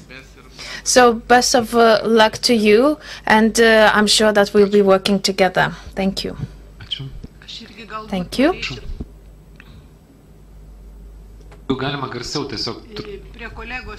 I would like to add to what my colleagues has mentioned, and for sharing your experience. This movie is wonderful, and I was really touched. I am a representative of a smaller area in Vilnius, and we have a very beautiful area. There is a very old stone from the 13th century, and we want to protect this area, to have a park there. We have made a lot of work there. It's very beautiful, and now the representatives of our Culture Institute keep asking us, why did you do this? But this movie just shows that we want to have a park. We of course would be glad to use landscape architect, and now I see that this is a wonderful example how to unite a community, what to do that, how to do that. And in September, when we will be celebrating an important festivity for us, we will have this park open to everybody and looking beautifully. I am personally an optimist. I have started a network for women in Europe. We have had a project with women from Bergen, and we have learned a lot from them. We have taken their experience. We are very optimistic, and we are using their experience. So thank you very much for sharing your experience here today. You want some?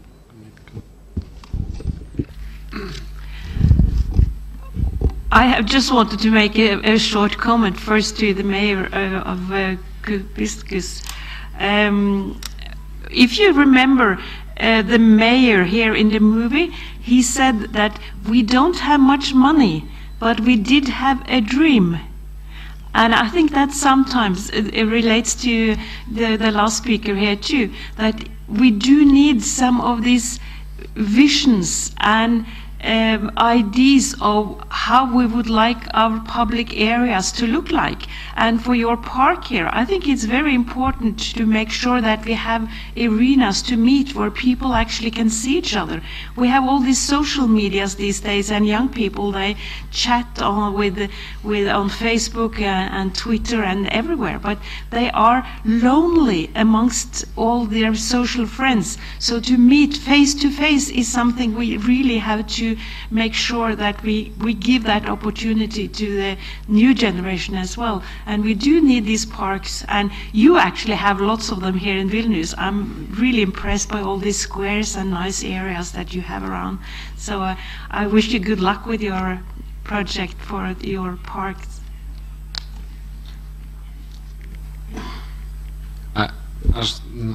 Irina, прошу. Turime eiti, ne? Turime eiti pietauti. It's time for us to have lunch, but I urge you to stay on to have these when we will have training after lunch.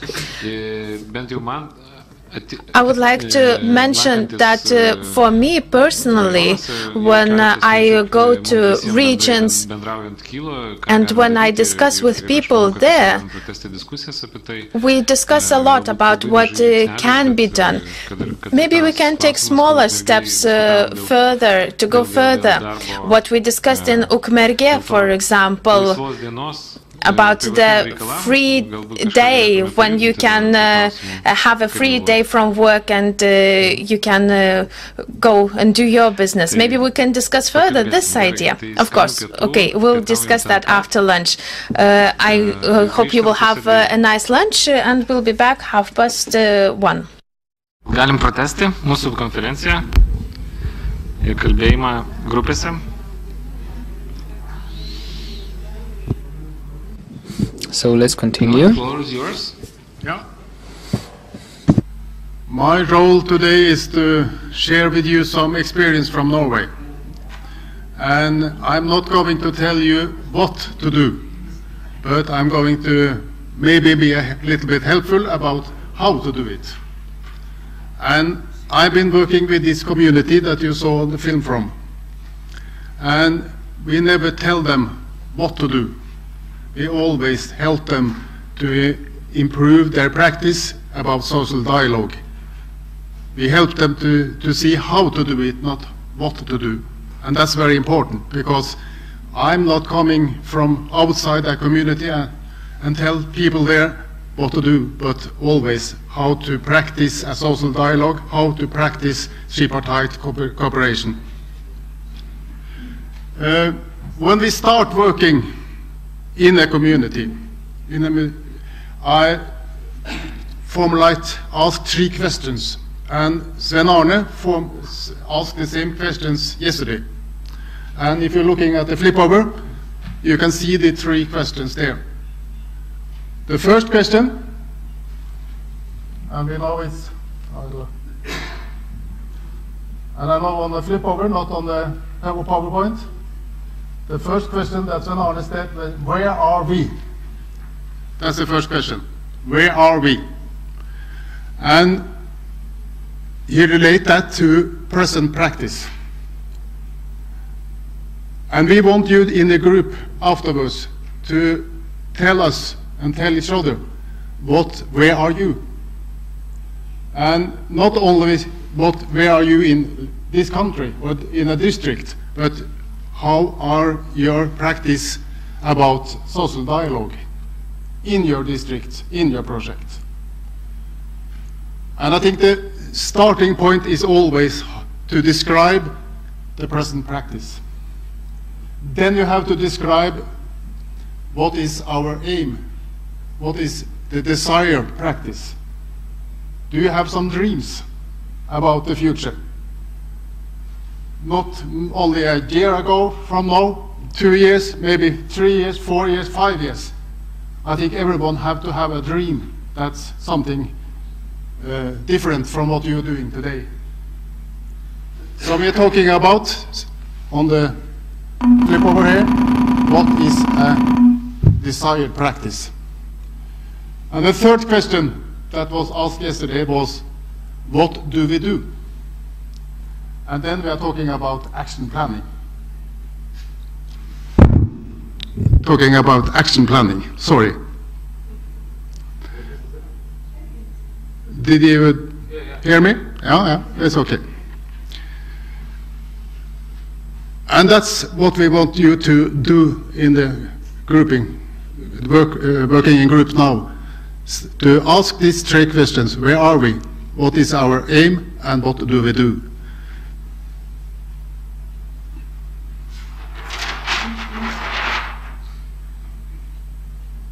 And when we're talking about person practice, I think you can ask three questions there too.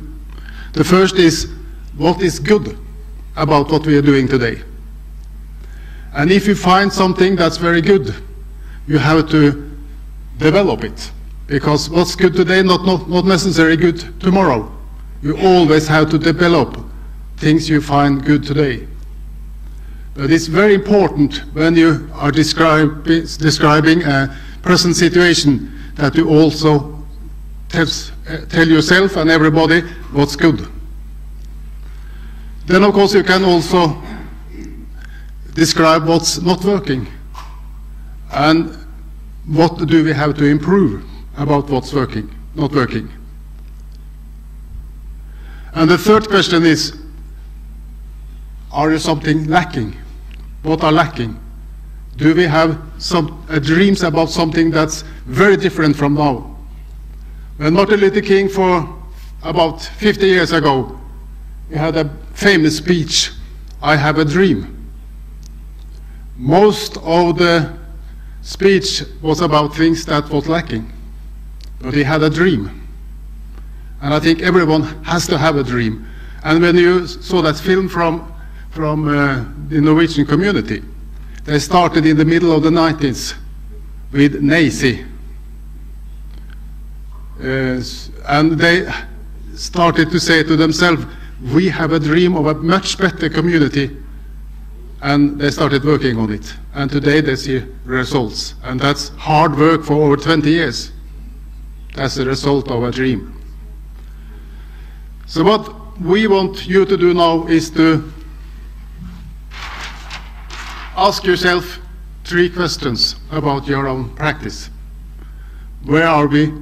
What is our aim? And what do we do to reach the desired practice? And we want you to discuss with each other in groups, then produce some on the paper and tell each other in a plenary afterwards about these three questions. And we're talking about the social dialogue now, not everything else. Is that okay?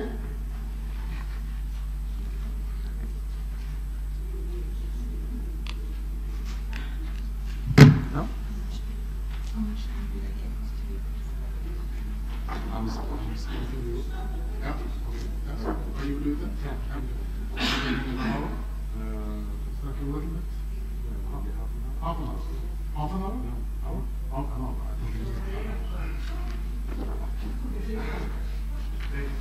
Dabar mes labai gerai, kad dar šiek tiek turim laiko tie, kas skuba, o tie, kas...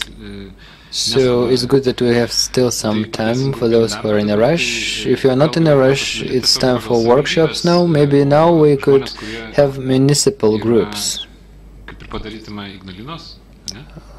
One group from Ignalina, one from Ukmergė, and one from Kupiškis, and all the others. You can join, all the others feel free to join any group. Because now we are speaking about 3 municipalities, but it doesn't mean that only in these 3 municipalities the work will be conducted. Just it's easier to discuss and to speak about some specific municipality. So I think we'll only have 3 such groups. Okay? So here we'll have a group for Ignalina. So please join Ignalina if interested. Here Ukmergė, and there at the end the group of Kupiškis.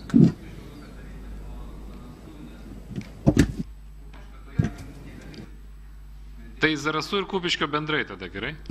Okay, let it be Kupiškis and Zarasai group. Ne, bet dar turi meras, dar turi pusvalandį, ne? Your mayor still has half an hour. Jonai. Zarasai, join Ignalina group. Ai, ten einat, ne? Gerai. Do you say to them that we can be invited into the group discussion if there are questions? Yeah. Okay. I will do that. Čia Ignalinos grupelė truputį mažoka, dar gal kas nors gali, pavyzdžiui, Vidmantai, tu prie Ignalinos grupės gali. Ką? Tuoj sekundę. Vidmantai, ar gali prie Ignalinos prisijungti? Pavyzdžiui.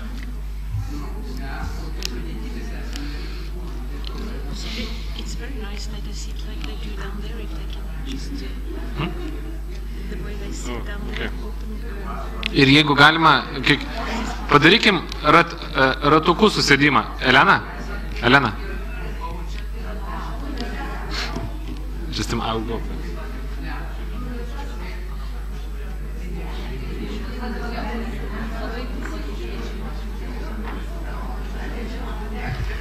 Tomai, o nieko, jeigu mes sukursim savo grupę ketvirtą?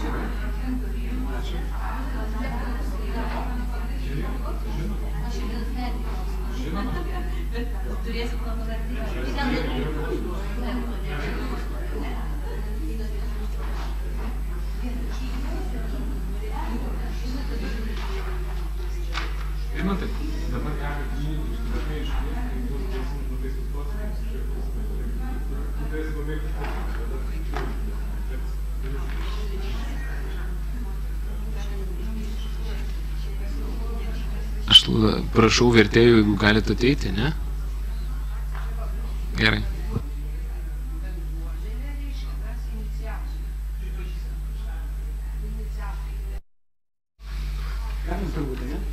Jo, mes galim dabar daryti pristatymus, kadangi skuba kai kurie...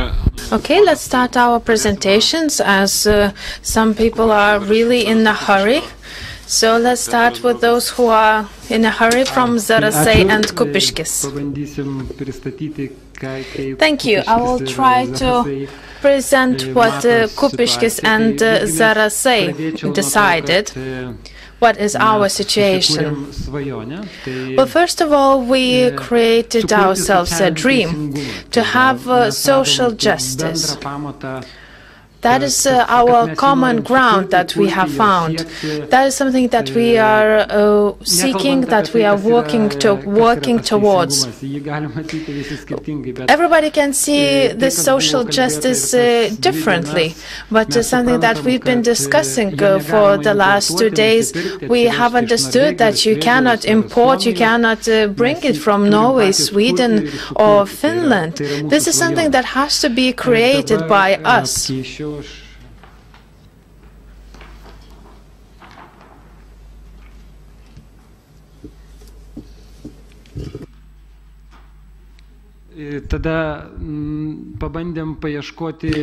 Then we were looking at the advantages and disadvantages, what is helping us and what is hindering our progress towards this dream.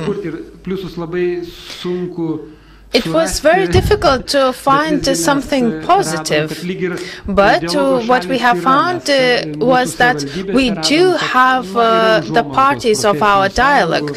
We have startups of trade unions. In some sectors they are more they are stronger than in others, but at least they exist.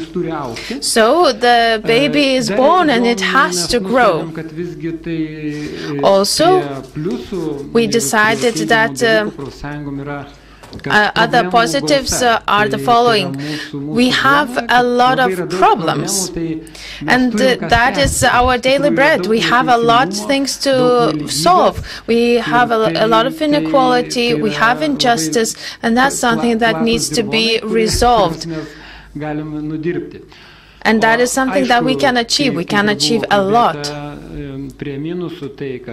As it has already been mentioned, our minuses are that the trade unions are weak. That's something that we identify. In the private sector, we cannot name trade unions, or they lack membership, they lack funding, so they don't have financial or human resources. Of course, everything is interconnected, but we also lack understanding and civic will. Of course, we have some success stories, but they usually are kept in secret, so to say. Nobody is talking about them. So we should be sharing these best case practices. If there are some winnings of the trade unions, that is something that we should make public. We shouldn't just keep whining that everything is wrong, everything is bad. We should keep telling the good case practices, the success stories as well. We should improve our membership numbers.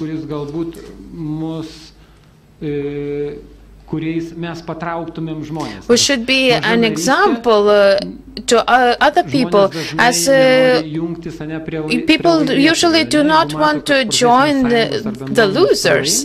If they see that trade unions are small and trade unions cannot win anything, they don't want to join trade unions. So that is our dream, to create social justice. Thank you for your attention.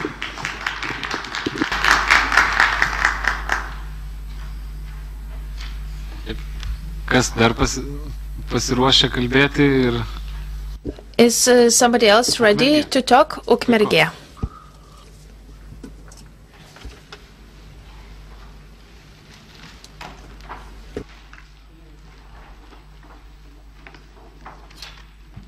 Ir dar noriu padėkoti visiems.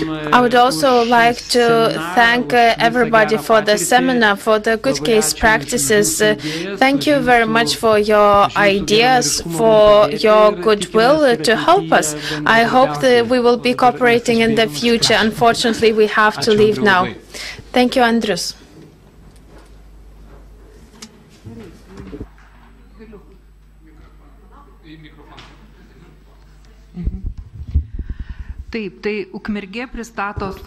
So this is the presentation by Ukmergė.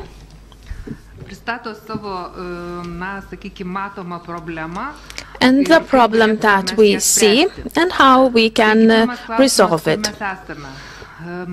First of all, where are we? The problem that we see at the moment is the following.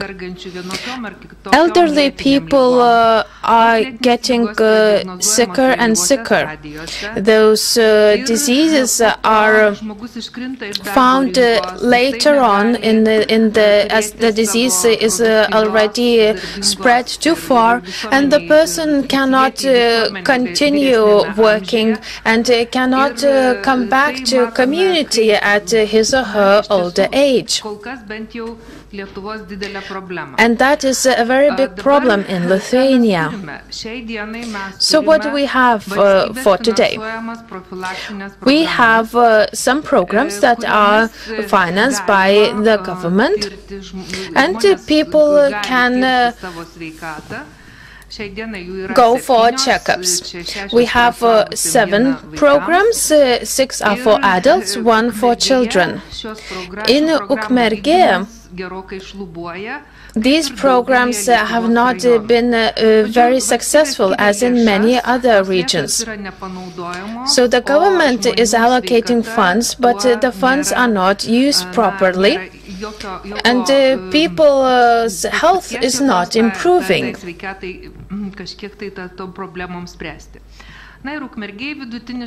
In Ukmergė, on average, 10% of programs are just working properly, and we would like to have 50% of them working.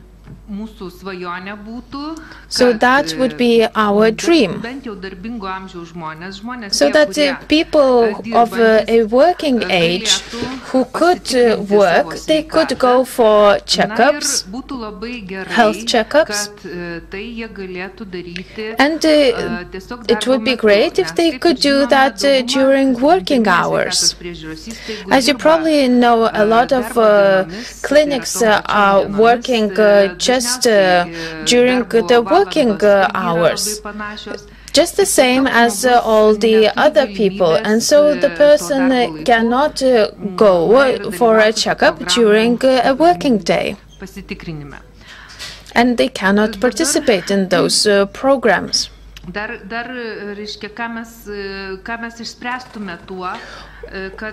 What would be the result?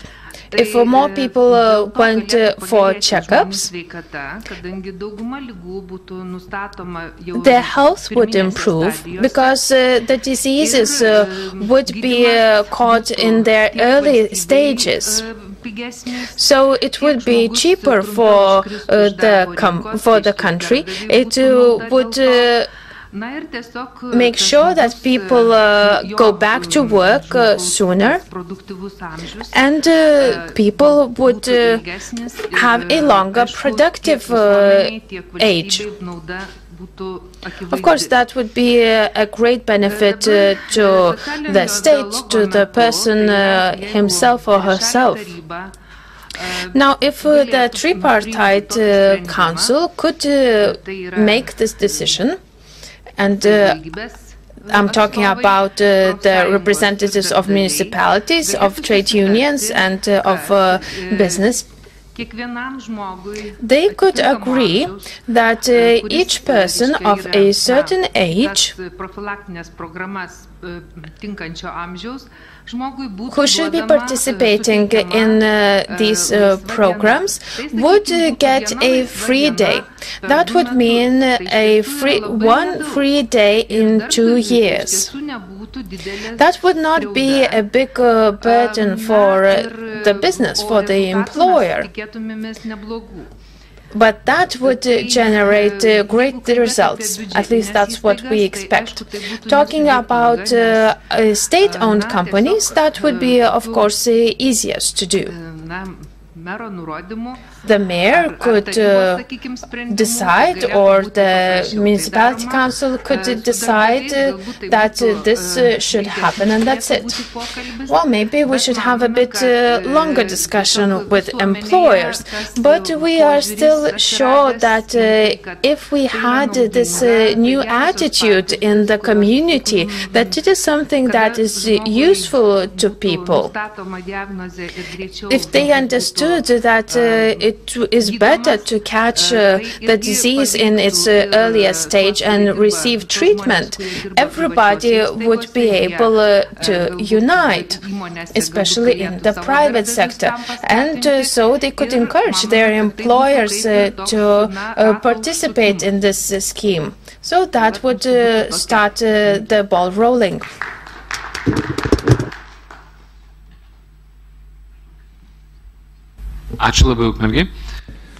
Thank you, Ukmergė. Questions?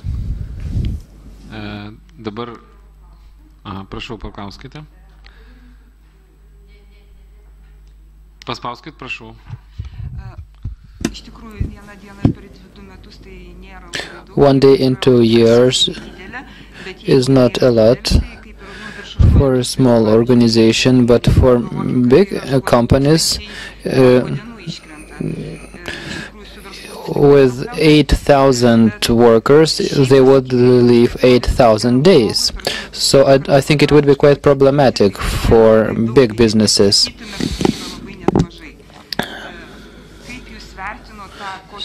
And do you think it's enough to have just 1 day per 2 years? Why do you think it's a proper frequency?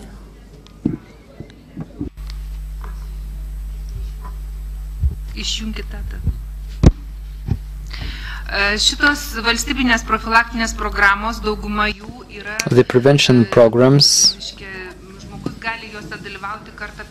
are available for people once per 2 years. This is why they need 1 day in 2 years. This is why. But not for age groups. For cardiovascular diseases up from 45 years, for cancer prevention for up from 50 years. So again, it is targeted for specific age groups. So it will not be available for absolutely all employees, so I don't think it would be so expensive. Of course, for 8,000 workers, you can still the proportion is very small for the businesses.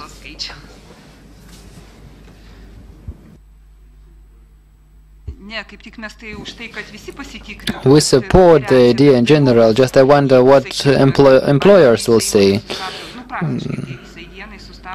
Because it would mean that a company would have to stop for a whole day, but we understand that it would be made by rotation principle. But I think for big business it will sound like a big deal.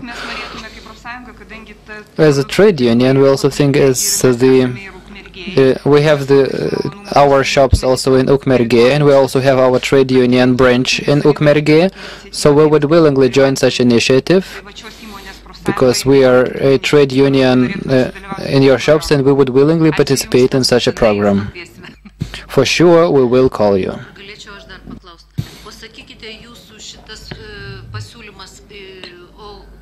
This suggestion, according to the labor code, they have 1 day per year according to the labor code. So do you think it's not possible for the person to participate according to the program and also just to have a health check?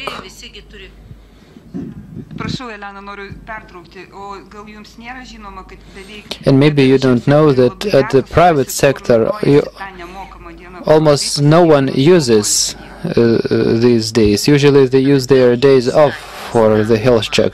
Yes, but we have it in the law. And if we speak about the social dialogue, a trade union and an employer, when they sign a collective agreement, they can agree on respect of a law. According to the legislation, there are the preventive checks in terms of work security paid by the employer, but there is not 1 day stipulated by the legislation. It is only provided that the employer has to pay for such security checks, but there is no 1 day requirement in the legislation now. And we would like to stress the prevention check, because they are not obligatory. According to the labor code, the employers are pressed by the inspections and they are obliged to do it. But it's not enough to have 1 day for the security check and for the health prevention program. So we need to agree on a certain time and a number of people, so that again we don't have an overwhelming burden on healthcare institutions as well. Yes, and I think it's very important that we coordinate our efforts, because now we only have some individual right, but what we do now is to trying to switch on a collective thinking. If municipality takes up such idea, then they will coordinate it in a proper way. Okay, so now let's listen to Ignalina Group.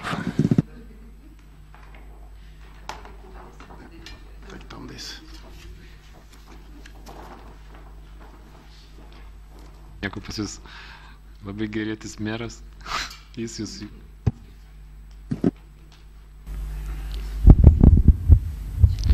Taip, aš pabandysiu trumpai pristatyti mūsų. So now a brief presentation of our results. It wasn't our aim to address some huge issue. We just wanted to take some small example and to analyze how the tripartite dialogue works now.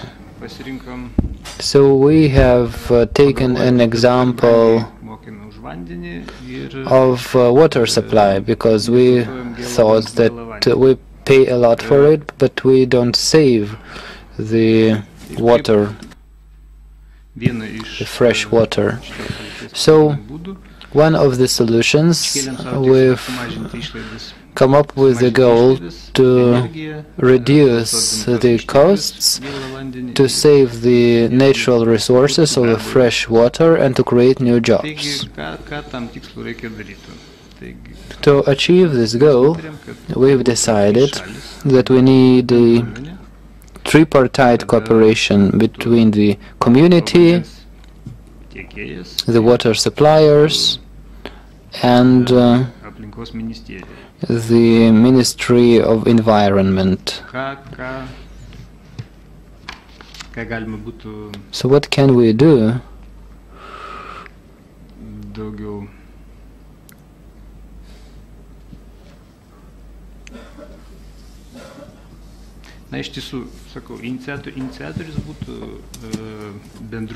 So this would be initiated by the community.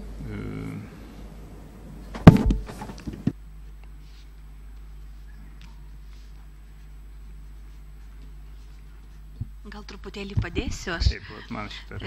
Čia iš tikrųjų yra esmė tokia, kad atskirti gėlą vandenį, tai The idea is to separate the fresh water and the wastewater. For example, in some neighborhood, so we all get fresh water, tapped water, but when we separate the wastewater, so on one hand we have the so-called gray water that we can reuse for freshening flowers, and it's good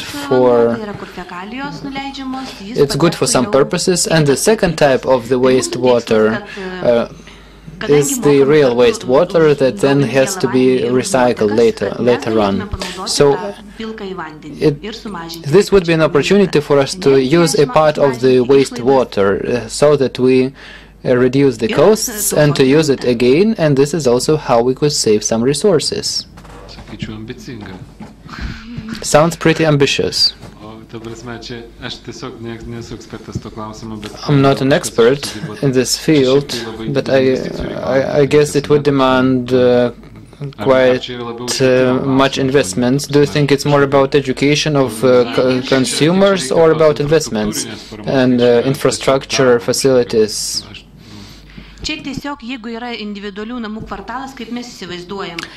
For individual houses, it's enough just to separate it physically, and for people who would invest in equipment, they could get some discount.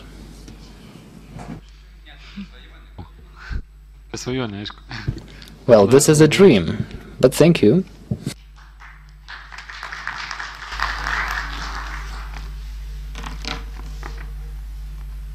Ačiū.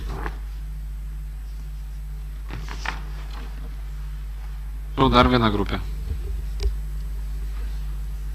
Ne viskas. Jūs nepristatėte? Nenorit?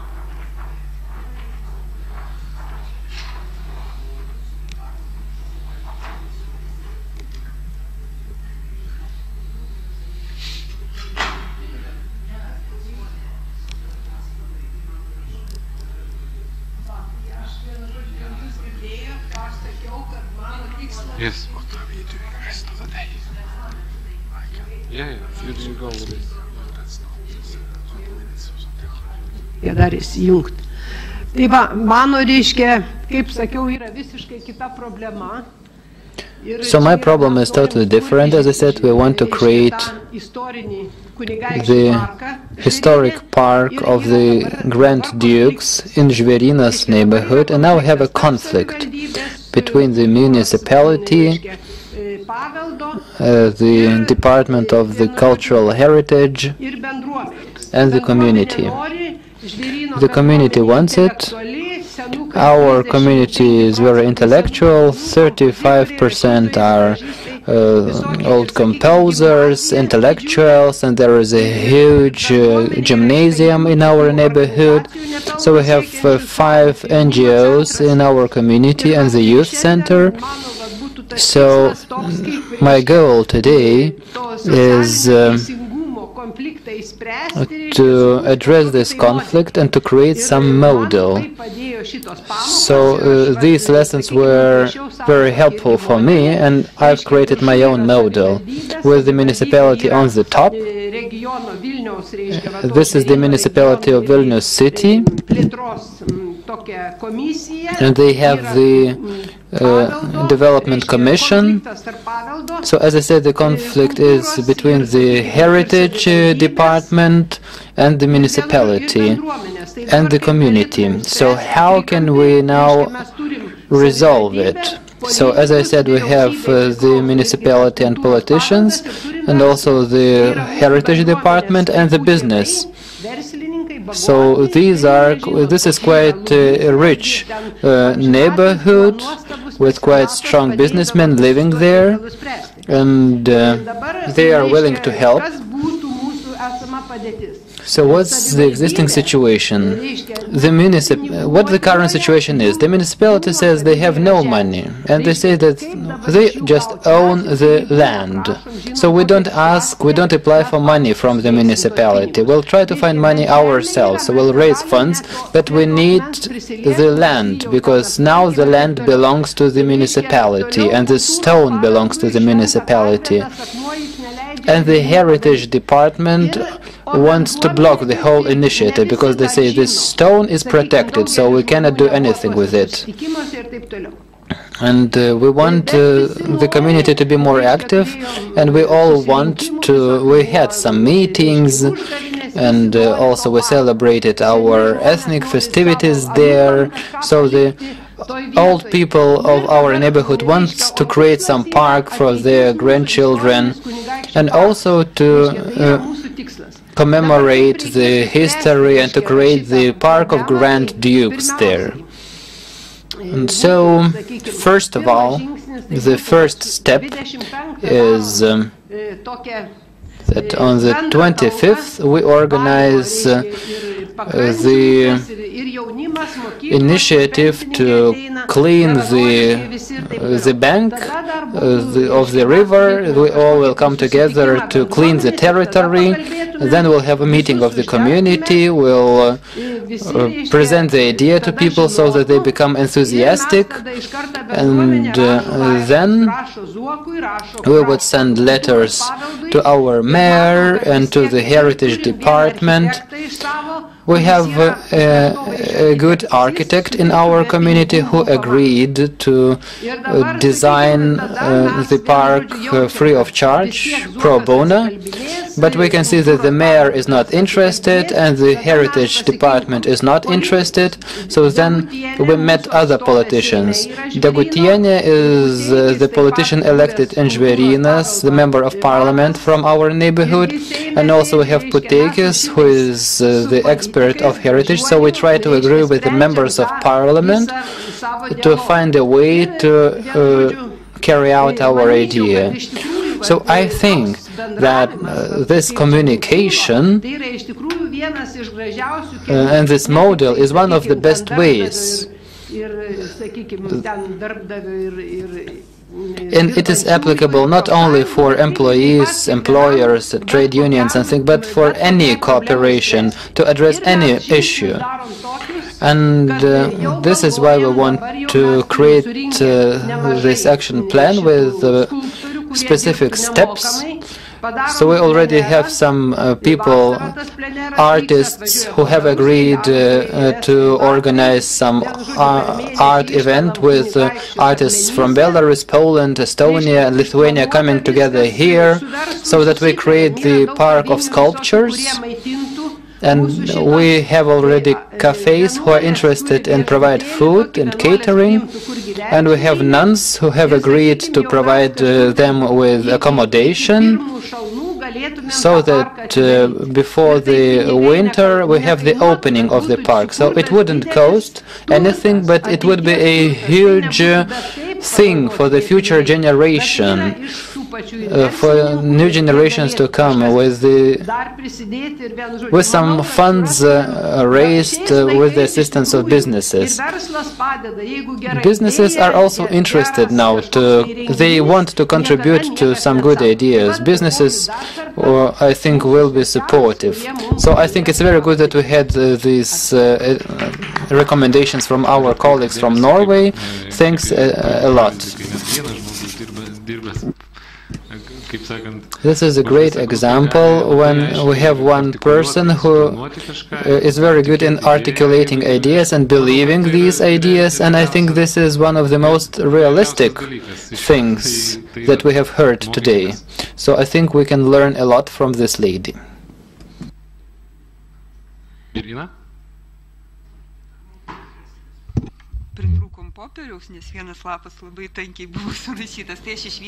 We are even short on paper.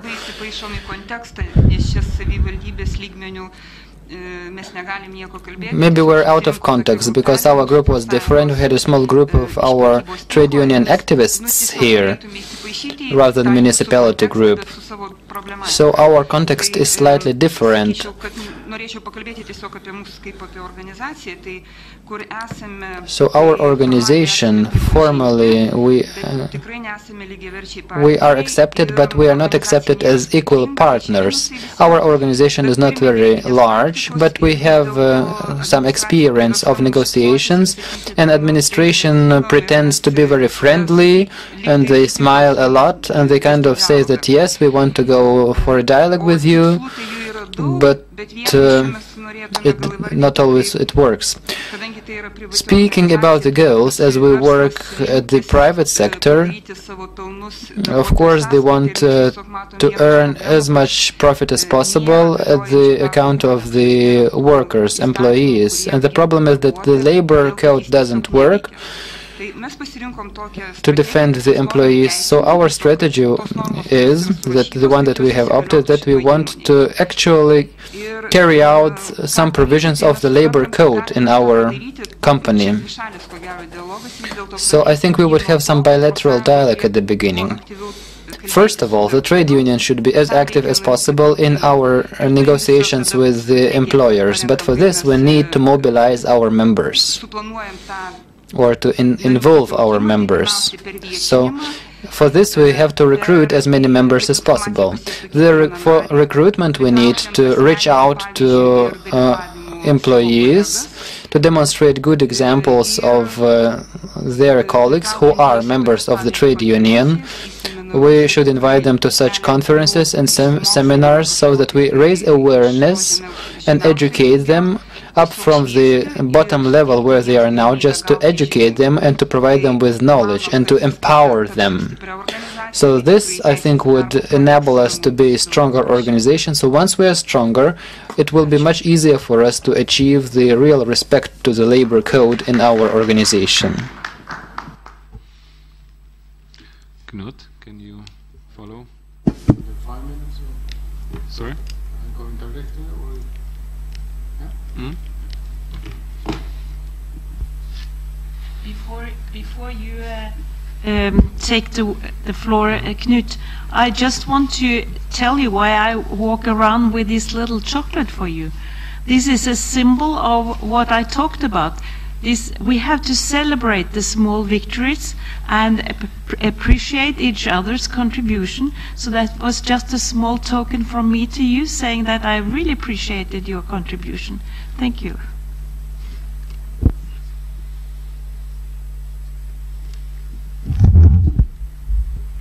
Are you tired? Do you want to go home? No. Okay, I give you some experience from Norway as a ending of this session. And I want to talk about bottom-up processes. What's required if you want people on the bottom level of the organization to take part of the development work. I think it's very important to start to identify the unit for change. What are we going to change? Are we going to change a kindergarten or school or a technical unit, whatever? We have to identify where we are going to make the changes. And we have to make the employees in these units to be the change agents. If we are talking about a social dialogue, we need people on the ground in every unit to be a change agent. Change agents. It's a difficult word for me to say. I think that's the first thing. The second thing is that the reality for people working in a unit has to be the reality that everyone takes care of. If you are working in a shop or in a kindergarten, you are the main person for the customers or the young children living in a kindergarten. And the understanding of the employees and their interpretation of their reality is very important. Sorry, that was very good. Yeah. And then Anne talked about what's the results of the change process where you are involving people. I think that's 1 + 1 is 3. And it always has to be that way. The fourth is that you have to work with the culture. And that means that you have to work over time. There is no quick fix when you are working with the culture. You can't say that from one day to another we have the solution. You have to be working over time, and you have to create dreams for what the future will all about. I think the fifth is that you have to see that you always have to be areas for conflict when you are changing things. You will have different values, and you have to accept that you have different values. Changing is the balance in a unit will be changing when you trying to change things. So changing power balance, that's one area for conflict. There can be personal differences, and there can be practical implementation. And all these things together are conflict areas. And you need to take care of that. Conflict is a part of changing process. You cannot annoy it. You have to face it and do something about it. And I think the main goal for the social dialogue, that is that management and employees are together with plan, decide, execute, and learning. You have to be together. And in it together, that was the vision for this community on the film. And I think that's has to be the vision for the social dialogue.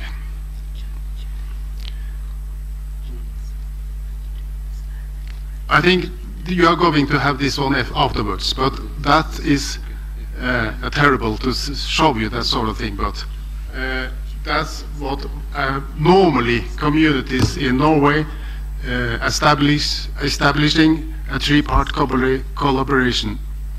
They're starting with agreement. We want to do these things. And then they establish a steering committee. That's the leading of the social dialogue. And they have the responsibility that the social dialogue and the three-part cooperation is everywhere. Not only in a situation, but everywhere. That's the main way that we are solving problems in our community. Then you very often see that they have planning seminars. where management, unions and politicians are working together.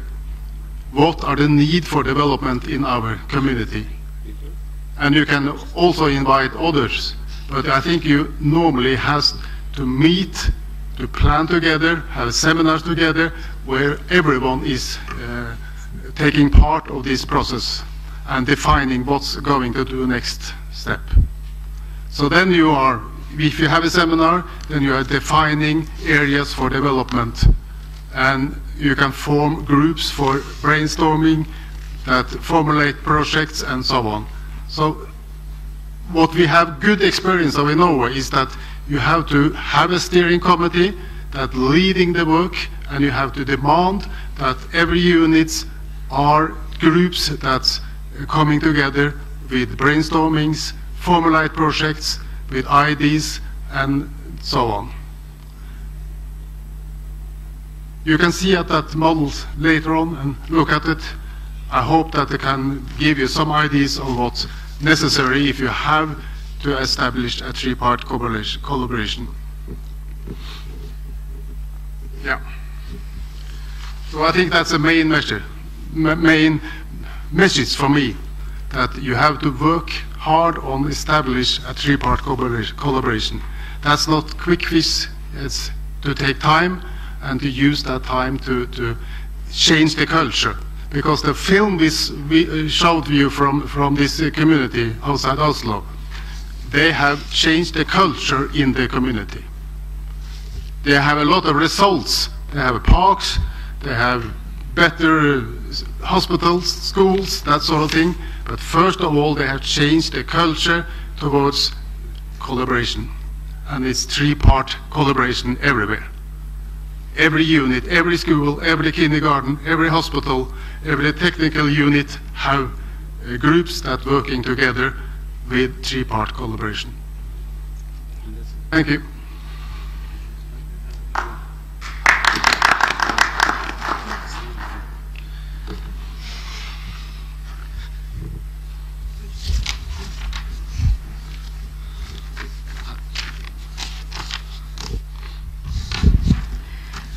I think we all have had a couple of long and intensive days, and we are approaching the afternoon, and it is a Friday afternoon even, and most of you probably think that it would be nice now to have a little relaxing afternoon after leaving the Parliament here today.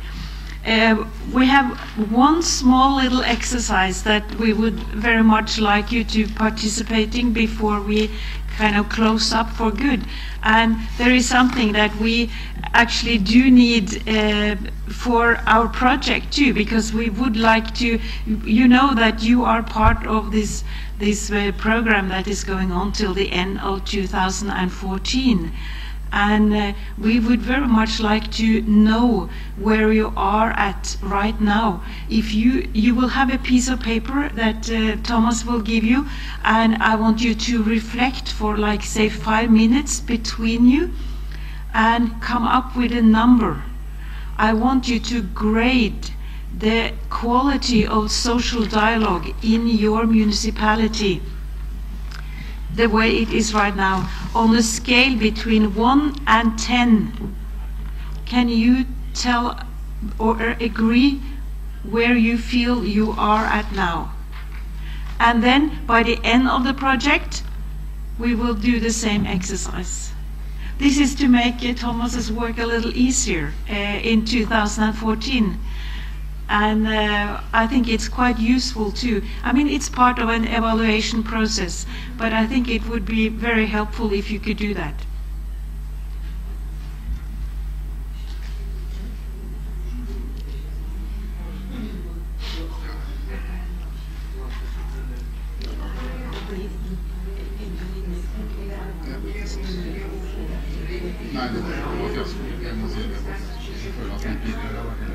Nei, Knut, det er jeg ikke enig i.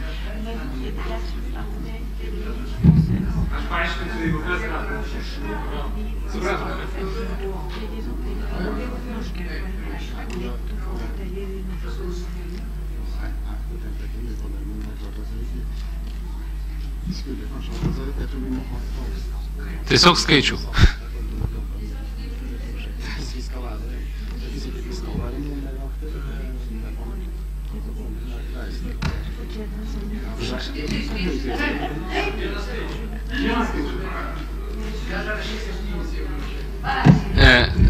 Reikia parašyti tik vieną skaičių ir viskas. Kaip jūs galvojate?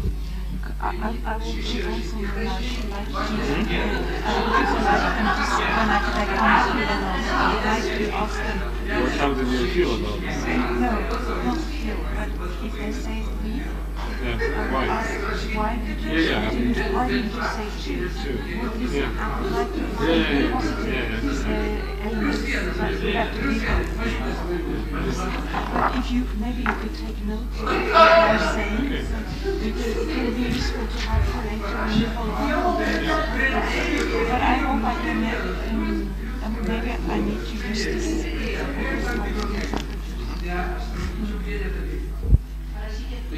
Viską, gal jau par... Ai, dar nesibaigė minutės.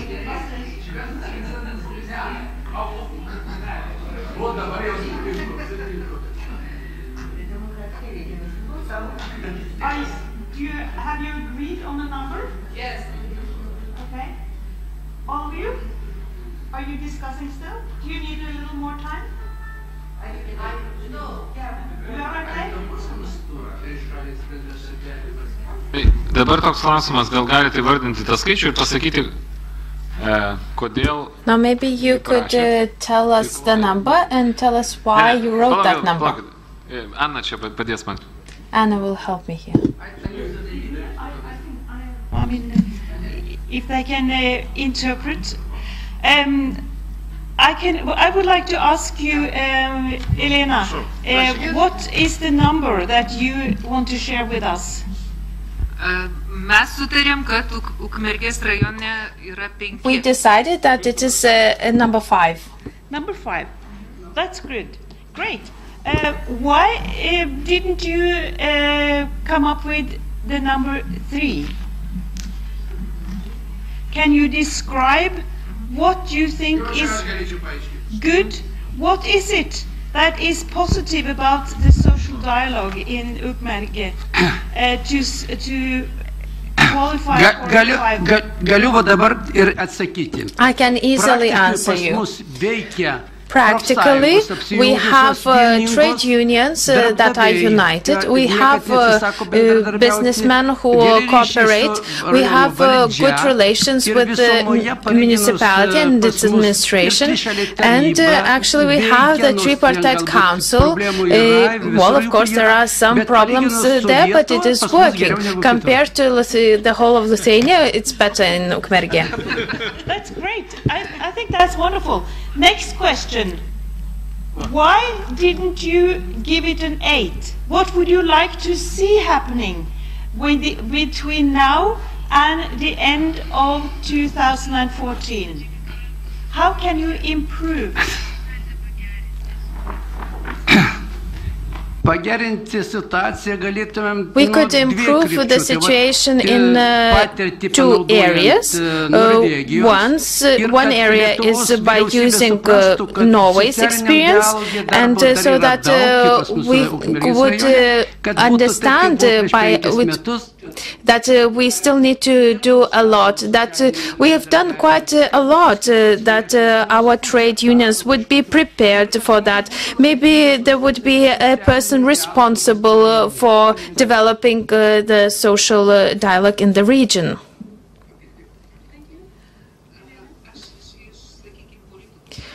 I can talk from the side of politicians.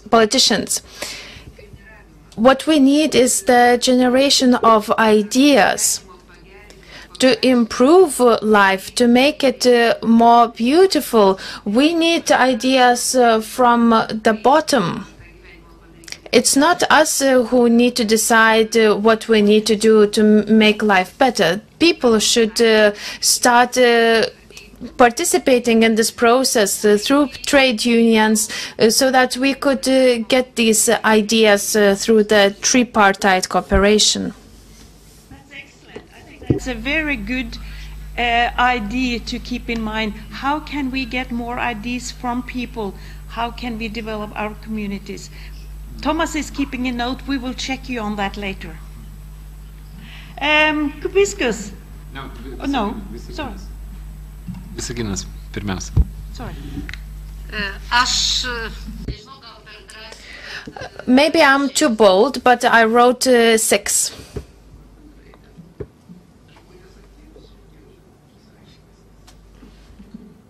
Well, then the question is to you. Why didn't you give it a 3? Todėl, kad neturiu. I don't have a right to write that. Ever since the beginning of our independence, Visaginas has been very active. We have people working in non-governmental organizations, and we have a municipality strategic plan, which was drafted mainly by the non-governmental organizations working together with the municipality. 3 would mean that it is the beginning of a social dialogue, but we are way beyond that point. Can I ask you, do you have regular meetings in the tripartite forum? Kaip aš jau As I've mentioned when I was introducing myself, officially we do not have a tripartite agreement. But that is probably not something new, and all the representatives from Lithuania know. Visaginas is probably the only town in Vilnius where we have 80... In Lithuania, excuse me, where we have only 20% of Lithuanians living there. 80% are ethnic Russians. The difference in culture, the difference in character is probably influencing the fact that in Visaginas, everybody, starting with elderly people, we have their organizations, and we also have a very active school parliament. They are very active. They propose their ideas concerning general needs of the town, or concerning specific needs of certain groups and people, albeit issues concerning with the decisions that the municipality had made. So we have a lot of active discussions. That sounds great. What would you like to see happening between now and the end of 2014, for the next 2 years? What can be improved?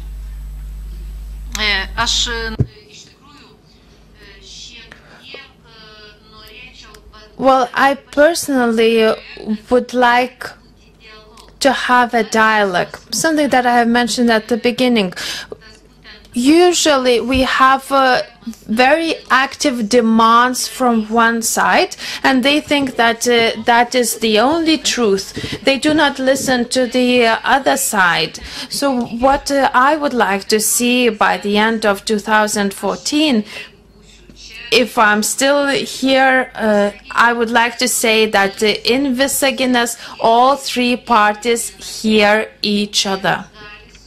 And also we can come to a consensus.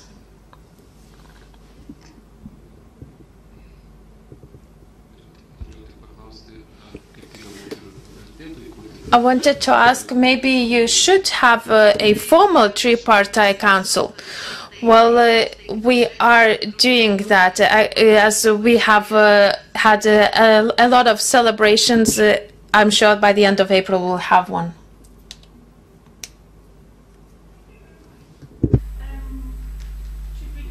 Opiškis.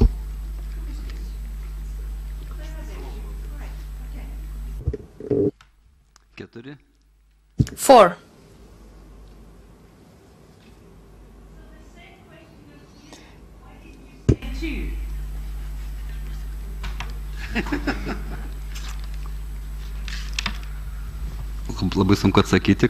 It's very difficult to answer as the mayor has left us.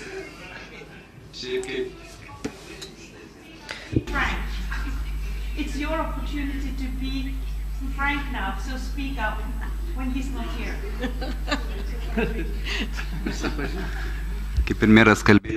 Well, the mayor has already mentioned that we cannot reanimate anything as nothing is dead. We are just starting.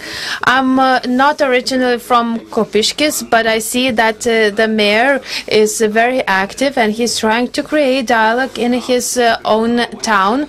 But the dialogue is quite chaotic at the moment. We do not have the triangle. Each corner of the triangle is working separately. They rarely meet up. So that is why I wrote 4. Why not 2? Well, we have some activity. We have a lot of will to cooperate. But we rarely meet, all 3 of us. All 3 corners rarely meet.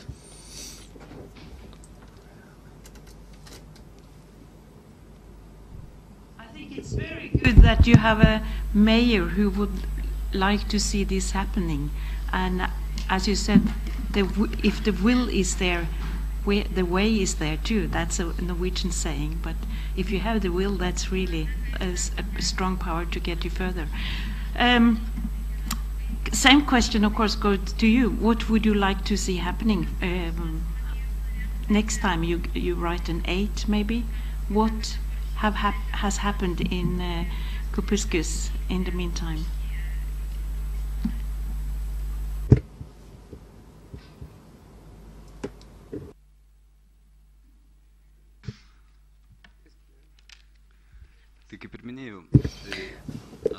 Well, as I have mentioned, the 3 corners of the triangle should meet more often. I'm talking about business people, about the municipality representatives and the community, so that all 3 corners would be more active in creating social dialogue. But I will ask the mayor that question when I go back. I am the representative of the trade union of firemen. So it is very difficult for me to discuss all these matters as we have different positions. We have different position from your position. So I'm just listening to what you're saying, but I cannot express my opinion.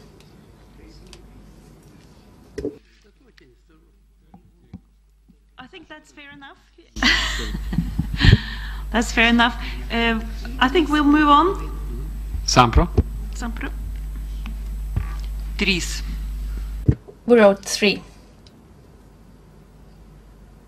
So the same. By now you know what I'm going to ask you too. Why didn't you say 1? What is it that's positive to build on? You know, I hope you see the methodology here. I'm always out to find the positive things that you can build on and strengthen. That's already there, and that's how we lift and improve. So why not 1? When we looked at where we are, we wrote 10 main points, and 3 of them were positive. So we didn't reach 7 positive points, so that is something that we are looking forward to.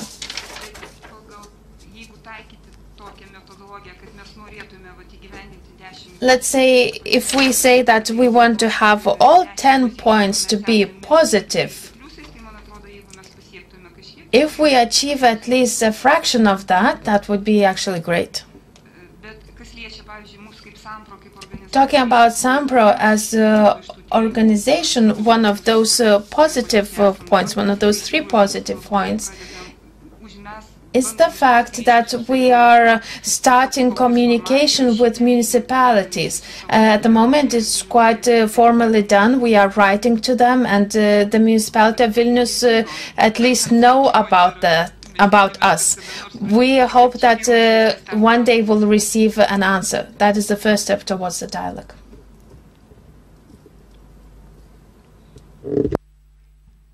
Thank you. And you would like, I mean, what would fulfilling more of your issues on the list be? If we would say, let's say a 7, what would you like to see happening?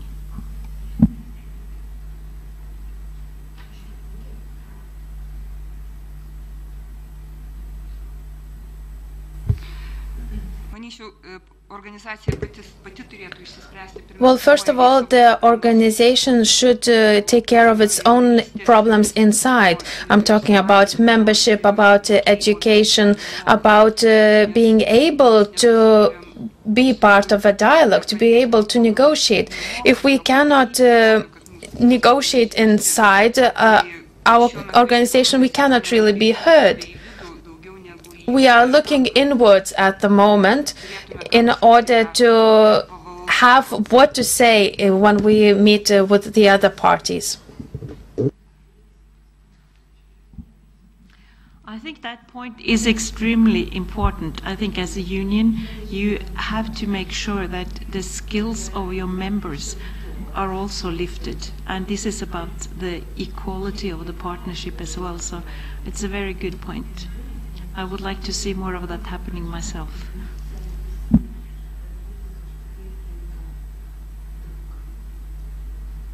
Thank you.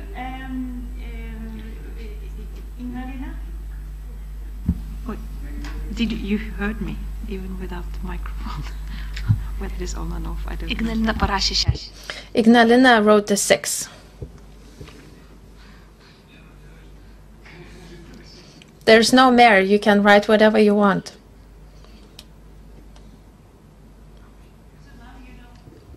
By now you know what I'm going to ask you. Why didn't you say a 3? 6. You did say 6. Why not lower?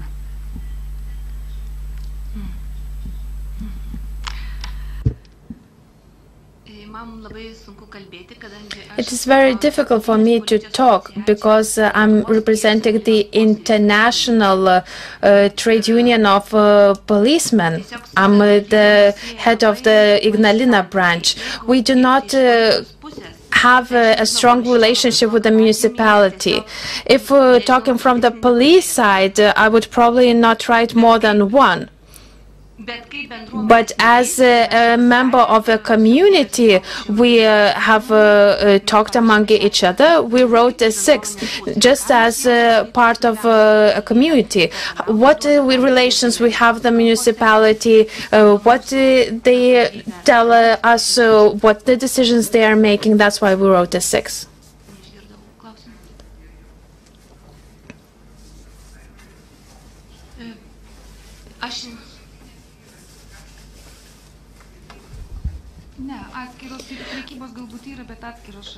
We have some trade unions in, for example, in forestry, of firefighters, but there's no general trade union.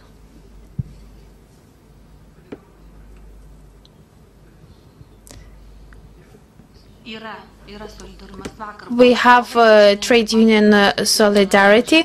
They were represented here yesterday, but here we are representing also young people organization. We are trying to learn everything from you as head of the association. I'm thinking maybe our other representatives were talking with the municipality. I personally haven't done anything to improve our relations, but maybe now I think that if I have a goal, if I have a problem to discuss, maybe we can achieve a bigger number than 6. That sounds great. That sounds great. I think this was a very useful exercise to find out where you feel you are, because this is your reality, and it doesn't. The number doesn't mean anything to us unless we try to reflect upon it, and it sets a direction for what is our aim, what do we want to achieve when it comes to this dialogue. And being informed by somebody is not social dialogue. And be there and be part of it, that is dialogue. And I think that there are some elements in this that we need to kind of revisit, to put it that way, and talk about it amongst ourselves and find out how can we actually bring more of our experience to the same table. Because that's where we, I mean, I keep talking about this energy that we want to release, and we need to change things to make sure that we are actually making the changes that we would like to see. And the changes happen within ourselves in the way we do stuff. And that's why it's so important to kind of reflect upon this, both as individuals, but not the least in groups. And you are the agents here who are going to make the change in your municipality. And that's what we are going to head at. So I would just say thank you so much for sharing all this interesting. I have to say that I was impressed when you said, you know, a 5 and a 6. That is really good. There is something positive there to build on. And we have talked a lot about the fact that we feel that we are so critical. And you talk about you in Lithuania. Norwegians are extremely critical. And we do have to, even if everything is basically okay, people are always dissatisfied. And I think there is something human about it. But we also had to train our people to say that, you know, look for the good stuff, look for the positive things. And it's like when you raise a child. How many of you have said, no, no, no, no, don't do that, that's dangerous, don't do that, I don't want you to do that. You know, we are negative all the time, and what's happening? The child does exactly the same thing over and over again, because what the child wants is attention. And if we start to praise the positive good things, our employees will do more of the good things. So then we kind of create good things instead of focusing on the negative. And that's a mindset that I think we need to change. And there is a lot of power in trying to do good stuff. Be nice to each other, be generous, be positive, and you will get a lot of smiles in return.